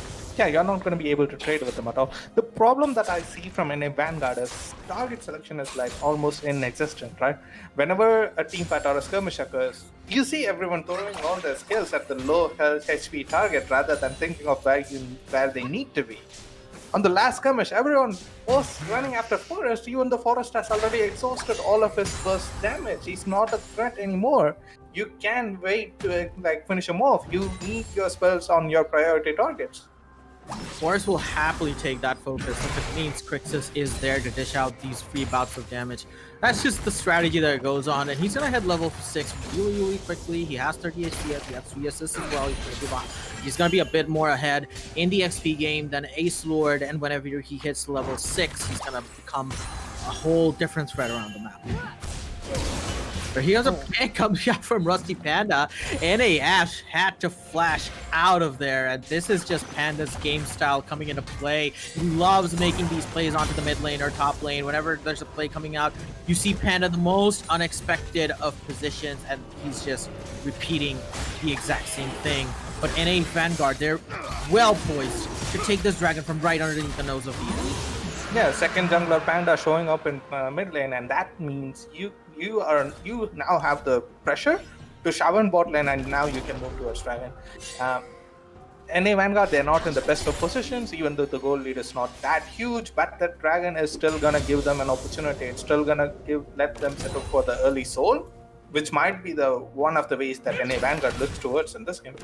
Yeah, and if they don't keep on doing these, they're just gonna pigeonhole themselves into a strategy where they're gonna have to rely on the Zoe bubble or the Ashe ultimate to basically try and get a pick off and force a 5v4. That is one strategy that you do not want to force off against a team composition like Deimos Force, because they have tools to circumvent that exact sort of a pick composition, right? So if they do keep on doing these proactive plays, they're gonna be able to, try to mitigate the risk of them falling prey to that strategy. Indeed, you can't rely on these skill shots picking people off, because you have an Alistair, you have a okay, that's a flash coming out from Rusty Panda. Knocks up Wonka, pushes him back. This is gonna be death, but is he gonna survive though? The ignite is down. And Rusty Panda takes that kill onto NA Wonka. Meanwhile, on the top lane, Shao Raven's gonna go really aggressive on I Killed Van Gogh. Is he gonna go for that return trade? He wants to deal a little bit of damage before he comes back, but here comes Force. He has that charm on him. The hate spike's gonna land. Is it enough damage to kill him? Here comes Simp Kingdom. He has that chain landed on him. He picks up that kill. NA Vanguard are just getting dismantled down in the bot side. Yeah, this is disaster after disaster right there. Because, that's gonna be a fight on the bottom. I'm sure if oh no, he missed the ultimate, and the flash comes out from Shao Raven. His ulti deactivated the tower. I Killed Van Gogh. Put in a really precarious situation here. All he can do is basically die to the bear, but it does facilitate them getting the Rift Herald, so it's worth it. Yeah, it is. Like, your bot lane is struggling, yeah, but it's still not the end of the world, right? It's gonna be so difficult for you to do anything in this game, but if you're NAD fly, you wanna look at top lane, right? If you're Ace Lord, you wanna look at Shao Raven, who has twice the CS as Van Gogh. You want to do something off of him. I really don't want to see a repeat of game 2 where they secure this tower and they never go back to top lane ever again. Red team's turret has been destroyed. Yeah, it's a little too early to call how they're going to utilize this advantage that they've got for themselves. With the fact that they did get that in game 1, and I Killed Van Gogh was just allowed to come back into the game really quickly. Forest, he's hovering down in the mid lane, but here comes Rusty Panda. Where the hell did he come from? NA Ash is in a world of trouble here. He's gonna dash back to his original position, to his doom. And DF take up another kill. That was insane turret damage. Tanked out by Forest. He gets lucky with the last hit. He takes his life away from NA Vanguard with 50 HP. That was so unlucky, and that's the double jungle gank coming in from DF. This is how they love to play the game. They love to have Rusty Panda roam around with Forest. They love to camp the enemy mid laner and make him so far behind that he's not even a factor anymore. Oh, interesting. Shao Raven's waiting in the bot side bush. He's gonna try and look to get a gank off, and this is again another repeat of them just letting off that top lane pressure after getting the first outer turret, right? Yeah, this is not something I want to see, because this is a coin flip that they're essentially trying to take here. there is a chance that your Volibear, who's really far ahead, saves your bot lane, but there's a higher chance that this is a really bad thing that you're gonna do, and you're gonna throw away the only lead that you have.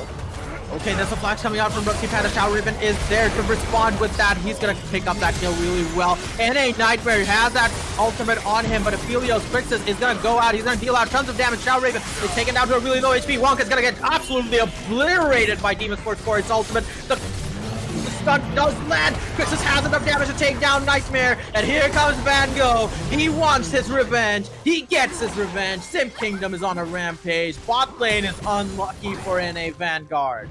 And that's the thing that we were talking about. It's such a risky play where, yes, you do have a small opportunity to get back in, but it's not reliable enough. You're gonna throw away the only lead that you have, and now you have nothing to work with. Forrest, again, he has a really high participation here, but NA Ash is gonna get rooted down. He takes a lot of damage, but coming back to what I was saying, he has an extremely good participation rate here, but he's gonna catch out ASUS, recalling in the jungle. He's gonna have Force to ult away to secure himself away from Force threatening Evelyn. He's just acing it on this Evelyn right now. Evelyn, as a champion, she has so much pressure. Oh, that's a minion click right there. She has so much pressure even when she's not doing anything, just because of her presence in the game. But when you let her run rampant, this is gonna be like really difficult for any Vanguard player. But Infernal Drake is now up. DF are now the ones in the better position to contest for this, but Rusty Panda might just want to go for NA Nightmare before they do secure the kill. IKill Van Gogh is there with the toe. He's gonna try and deal as much damage as he can. He's gonna try and take him down. Meanwhile, Crixus is dealing with Shao Raven here. Shao Raven does shut him down, and the turnaround comes out from NA Vanguard. Rusty Panda is there in tow. He is going to get flanked out. NA Sword is there. He picks up the kill onto IKill Van Gogh. Rusty Panda is still surviving. Sim Kingdom does pick up a flank kill, but that was a really messy fight coming out from DF, and they get turned around by NA Vanguard. They did secure the dragon, but that was not a fight that they wanted to look for. really good target focus coming there from Shao Raven. Like, this is what you want to see if you're ahead. Shut down the enemy AD. Don't let him play the game at all. And you still have hope in this game if you're able to do that over and over and over again. Seems to stream. Yeah, same here, but NA Vanguard, they finally breathe now. They breathe a sigh of relief after that one particular fight where they have seemed to carve out an advantage for themselves. But why is there no top lane pressure yet? You're allowing the Ornn to come back, but A-Sword is gonna catch out Forrest. Forrest is actually forced to ult away over the wall to dodge out the onslaught of shadows. Well, he doesn't have the onslaught of shadows, but still it's the onslaught of Hecarim. A-Sword is now looking more confident after that fight. Indeed, like NA Vanguard, they're at like their wits end, so they need to throw everything that they have at the end, and that's exactly what they're doing right now, and they're making it work. Sim Kingdom and NA Ash just showing off their champion abilities at this point. Both get taken down half HP and just end that fight in stalemate. Even though NA Vanguard did not get that dragon out, it still was an amazing fight coming out for them. It was a far cry from what we've seen so far in the rest of the game. It was the only fight that they probably won convincingly. And yeah, right now, Sim Kingdom might be in a bit of a trouble here. He has used his dash away. He tries to juke him out. He actually does a decent amount of damage, but it's not enough. NA Ash picks up that shutdown gold. It's a really huge shutdown as well. Yeah, this is a problem when you're ahead and you throw the lead away. Now you have like huge shutdowns on your enemies, and the gold lead is non-existent anymore, right? Of course, you're still the better scaling team comp, so even is still better for you, but throwing away a gold lead feels so bad, and it might take you out of the game mentally.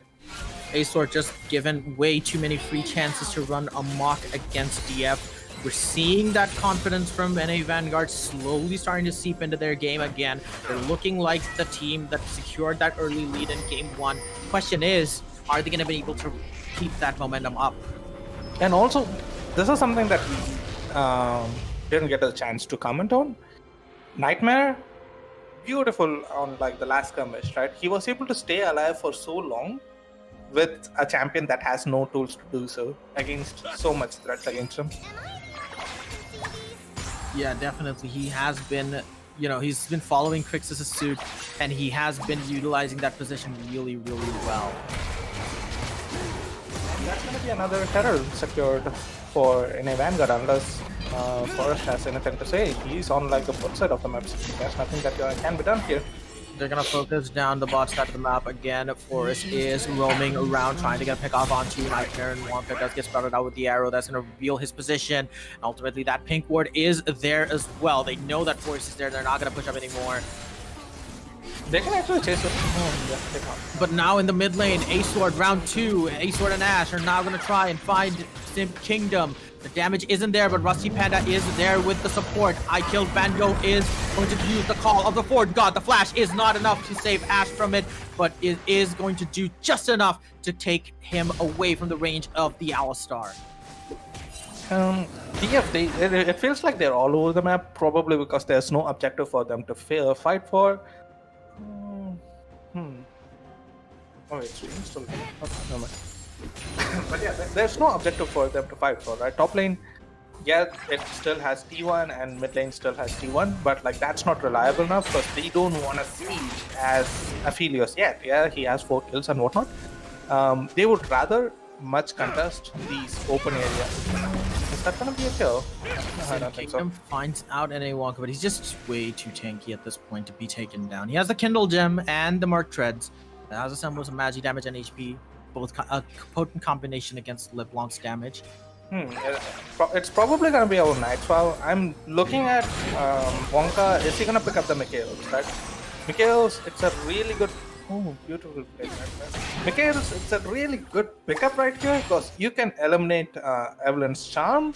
Yeah, you're not gonna be able to save him, but it's still gonna give your AD enough time to either flash away or for any other of your teammates to CC Evelyn down so that she doesn't get an insta kill, right?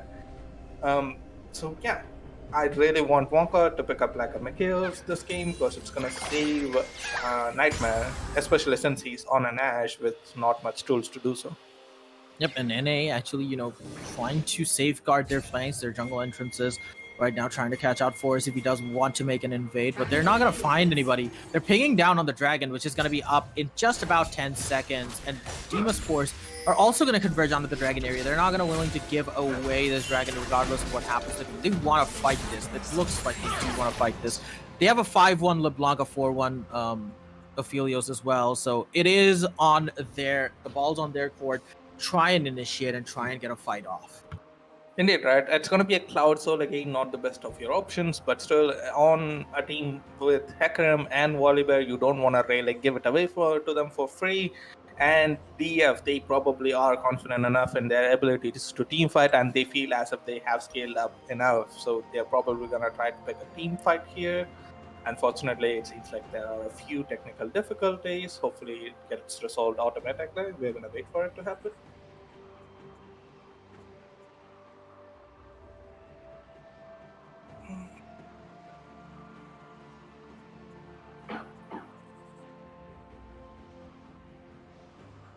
It usually occurs when it's on like the server set connection. I think you need to take the stream a bit away from live, like beshi live hoye gele jinishta hoye jay.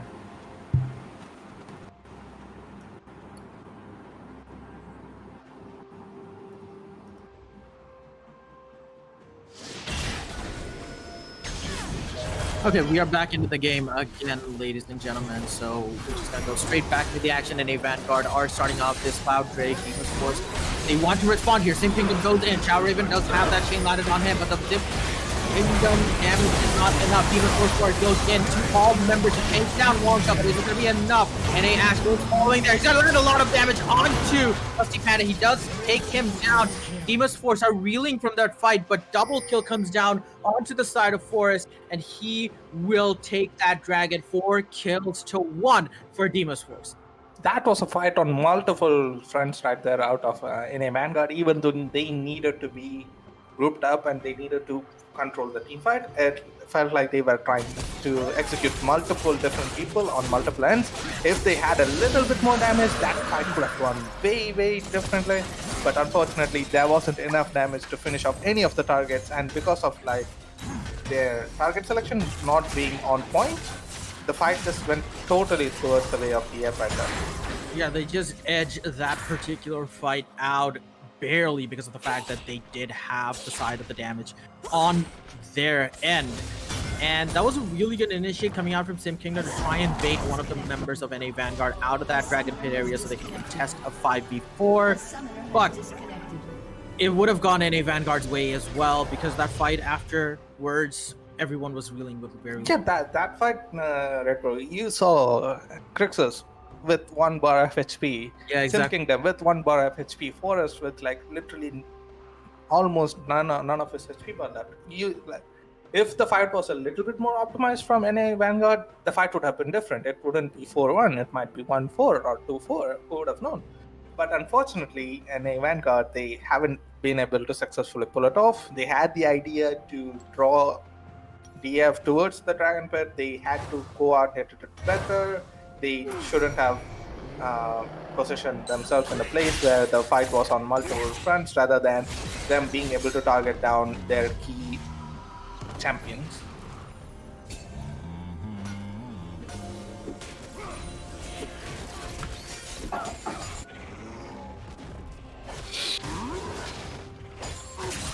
So it looks like right now we're going to have to see a little bit of a stalemate from both these teams. Even though Deimos Force have that gold lead going in favor of them, they do have that hard scaling composition as well. But any mistake from their side can just cost them this particular lead, and they're going to be back to square one.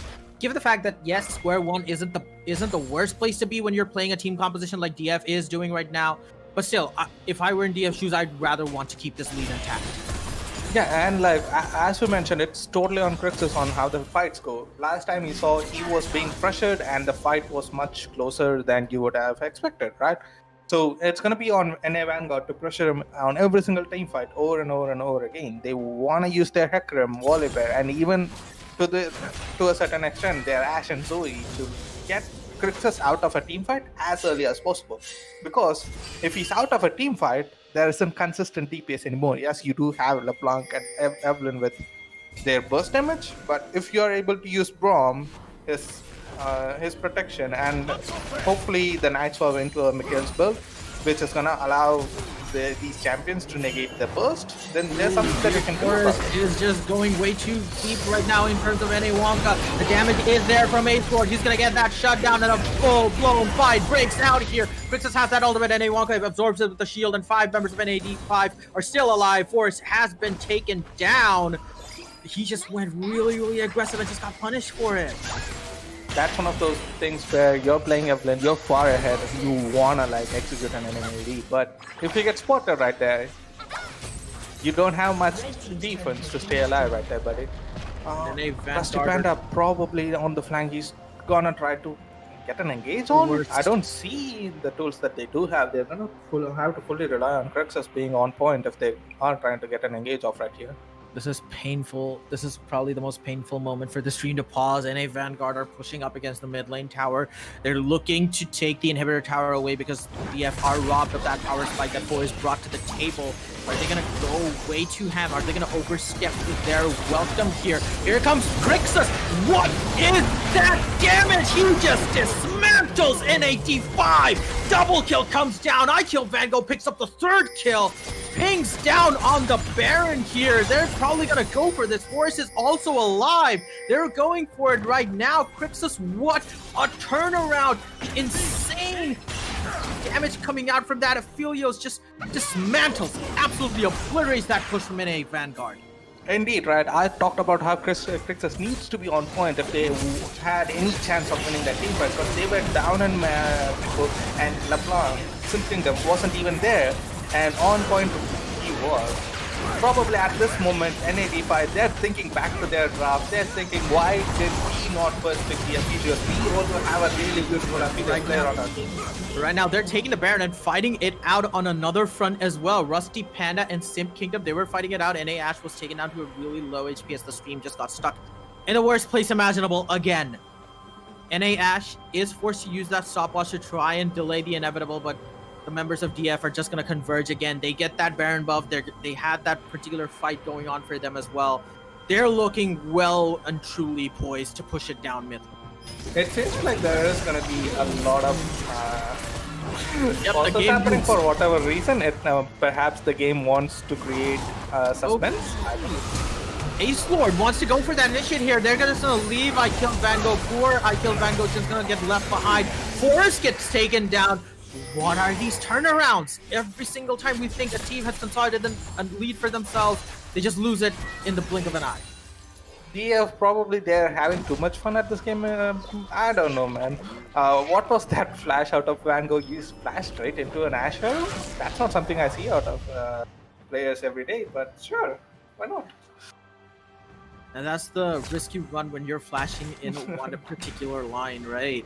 Exactly. That's Yeah, exactly like, what happened right now for Rusty Panda here. Sim Kingdom, oh, that's a lot of damage being dealt onto Nightmare. They're really gonna pay for this tower. They do not want to relent here. Rusty Panda pops that speed boost. He's gonna go in with a knock on the chain does land, and Shao Raven echoing the first game. He's gonna have to use his ult to run away, but Sim Kingdom is like, I'm not done with you.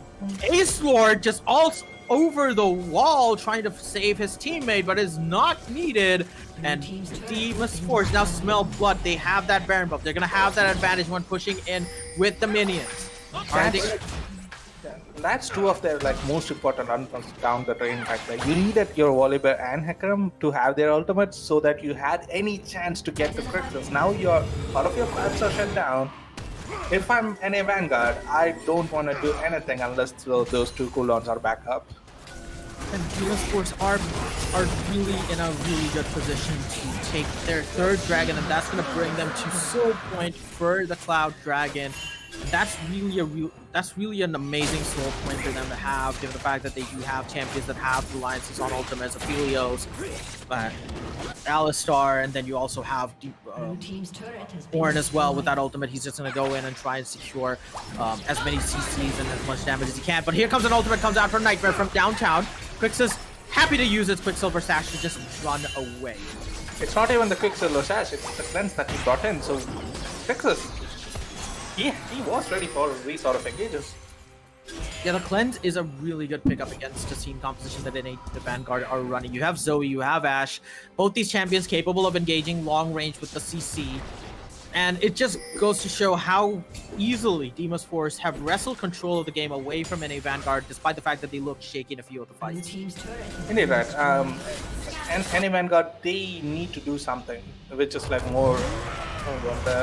I don't think there's gonna be anything that's gonna happen here. They're gonna just log it out and nothing's gonna move here. That's a tickle fight right there between the two tanky champions. Now, I Kill Van Gogh is not really in a position where Shao Raven can bully him. He has items, he has that tanky. They should have spotted Forest right there, because I believe he got spotted for a moment, and there's the pings coming down. And they're just gonna safely try and, stay under the tower. And right now, the jungle is in the control of Deimos Force. But Ace Lord, does he fancy an engage here? Not really the best of ideas.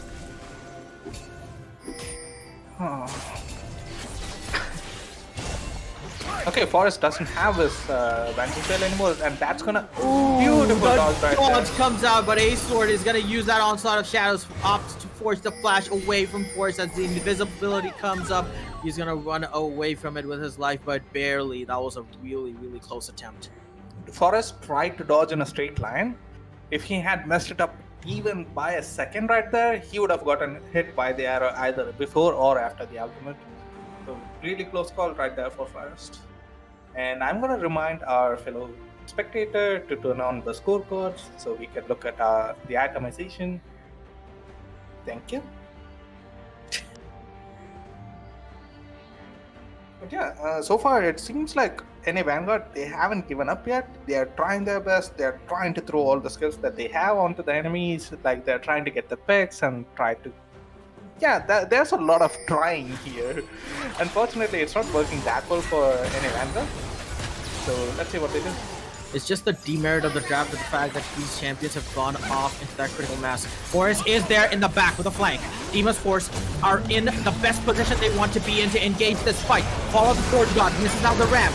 Forest is not engaging right now. 3-man knockup comes out for Eyes on Quixis as he just got off the stage. Forest is biding his time. He gets caught out, and as the freeze comes in at the worst second possible. Forest is stunned in the middle of 4 members of Vanguard right here. The ulti is coming downhill from Crixus. It's going to deal a lot of damage. Is it going to be NA Vanguard's fight? I really don't think so, given the fact that Crixus is in a really good position here to contest all 4 members of NA, and they don't have the spells to actually dive into Crixus, and he's just going to deal a lot of damage. Sim Kingdom is there in tow from the right side, and yes, it is playing out like clockwork. Crixus rampaging across the rift. He gets a pentakill. Well deserved, in my opinion, honestly, because that was just insane play coming out from Crixus. He cements his position as the dominant AD carry, the driving force, the beating heart of this amazing Deimos Force side as they run it down mid lane. That instant screen freeze showed us everything that we needed to know about the entire game. All of NA DeFi clumping up on Forest on these non-priority targets, while Crixus just whacks at them away from the backline. No one even can even get close to him. He's gonna destroy your entire team if you don't get to him in time. And there's another freeze. Yeah, we're gonna have to find a solution to this because this game is just insanely competitive at this point. But Deimos Force, wow. They've been on the initiative. They've taken up the initiative to engage on these fights, and they've just done so well. Yeah, the problem here seems to be like, I just can't think of anything else but to just go back to the draft. Why did NA Vanguard choose to not take away the Aphelios, or at least ban it away? Because you saw how impactful it was in game 1 and how much impact it is bringing it to you now.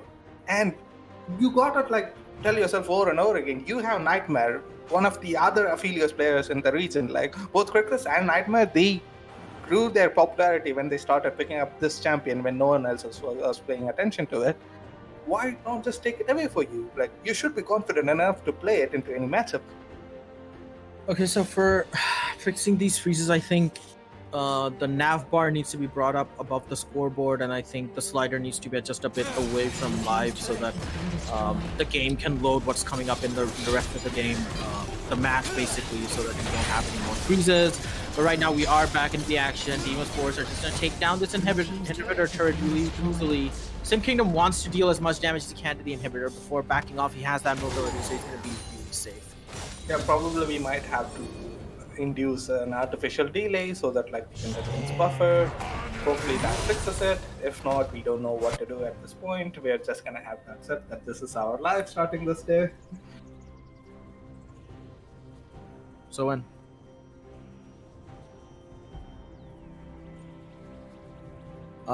Bring up the Seeker tab, like jeta diyo je game at time control kore. Time controls, you know? Drag the slider a bit backwards. Yeah, press play. I think it should be fixed right now.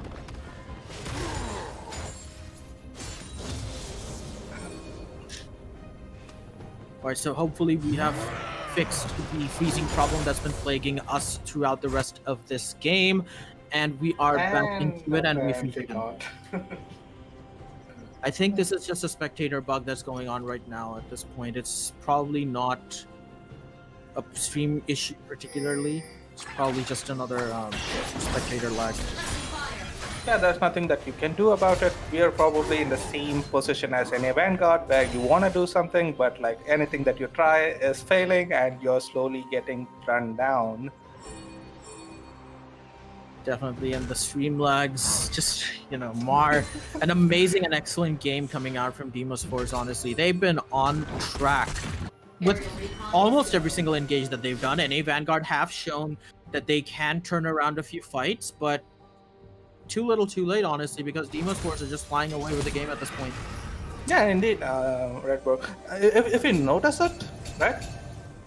Every single team fight that NA Vanguard is successfully able to pin down Crixus and get him out of the fight early, they have an even or an advantageous team fight. And whenever they don't, they get destroyed before they can even blink. Guys, sorry to interrupt. I wanted to just jump in here and help. Zoen, if you can just pause the expectation for like 30 seconds. Just hit spacebar and it should pause it. You're recording it here. Just give it 30 seconds and play again. It should fix. It's not a. It's a issue of the game client. So yeah. Sorry guys to interrupt, because viewers are actually having very trouble watching it. Yeah. No, Yeah, it's not your it's not your problem. It's not your problem. It's just a Garena kind of shit.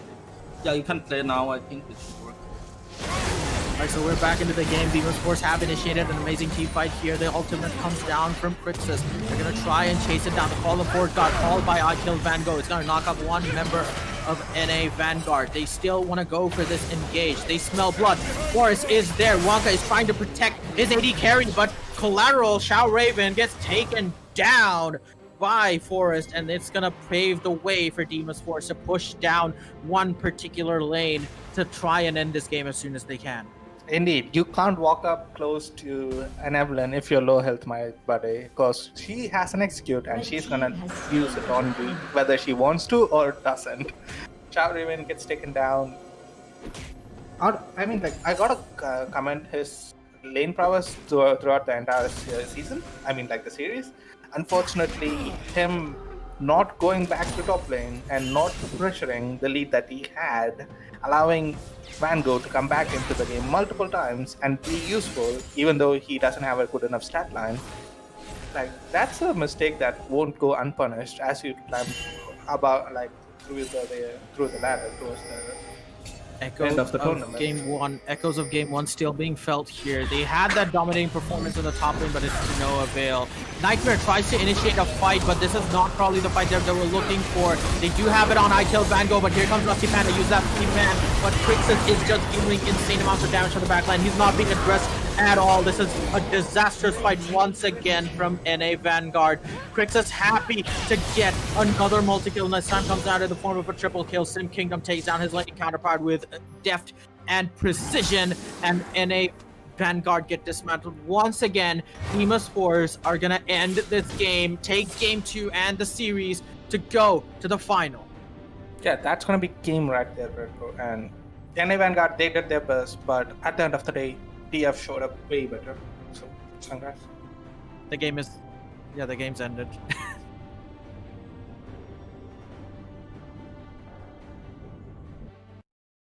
Yeah, the game has ended. That was painful, unfortunately. It's not your internet. It's just like the client issue. Well, it's basically the demerit of the Garena client that's basically marred an excellent match for Deimos Force. Congratulations for reaching the final. They will face off against Elixir Gaming in the final next week.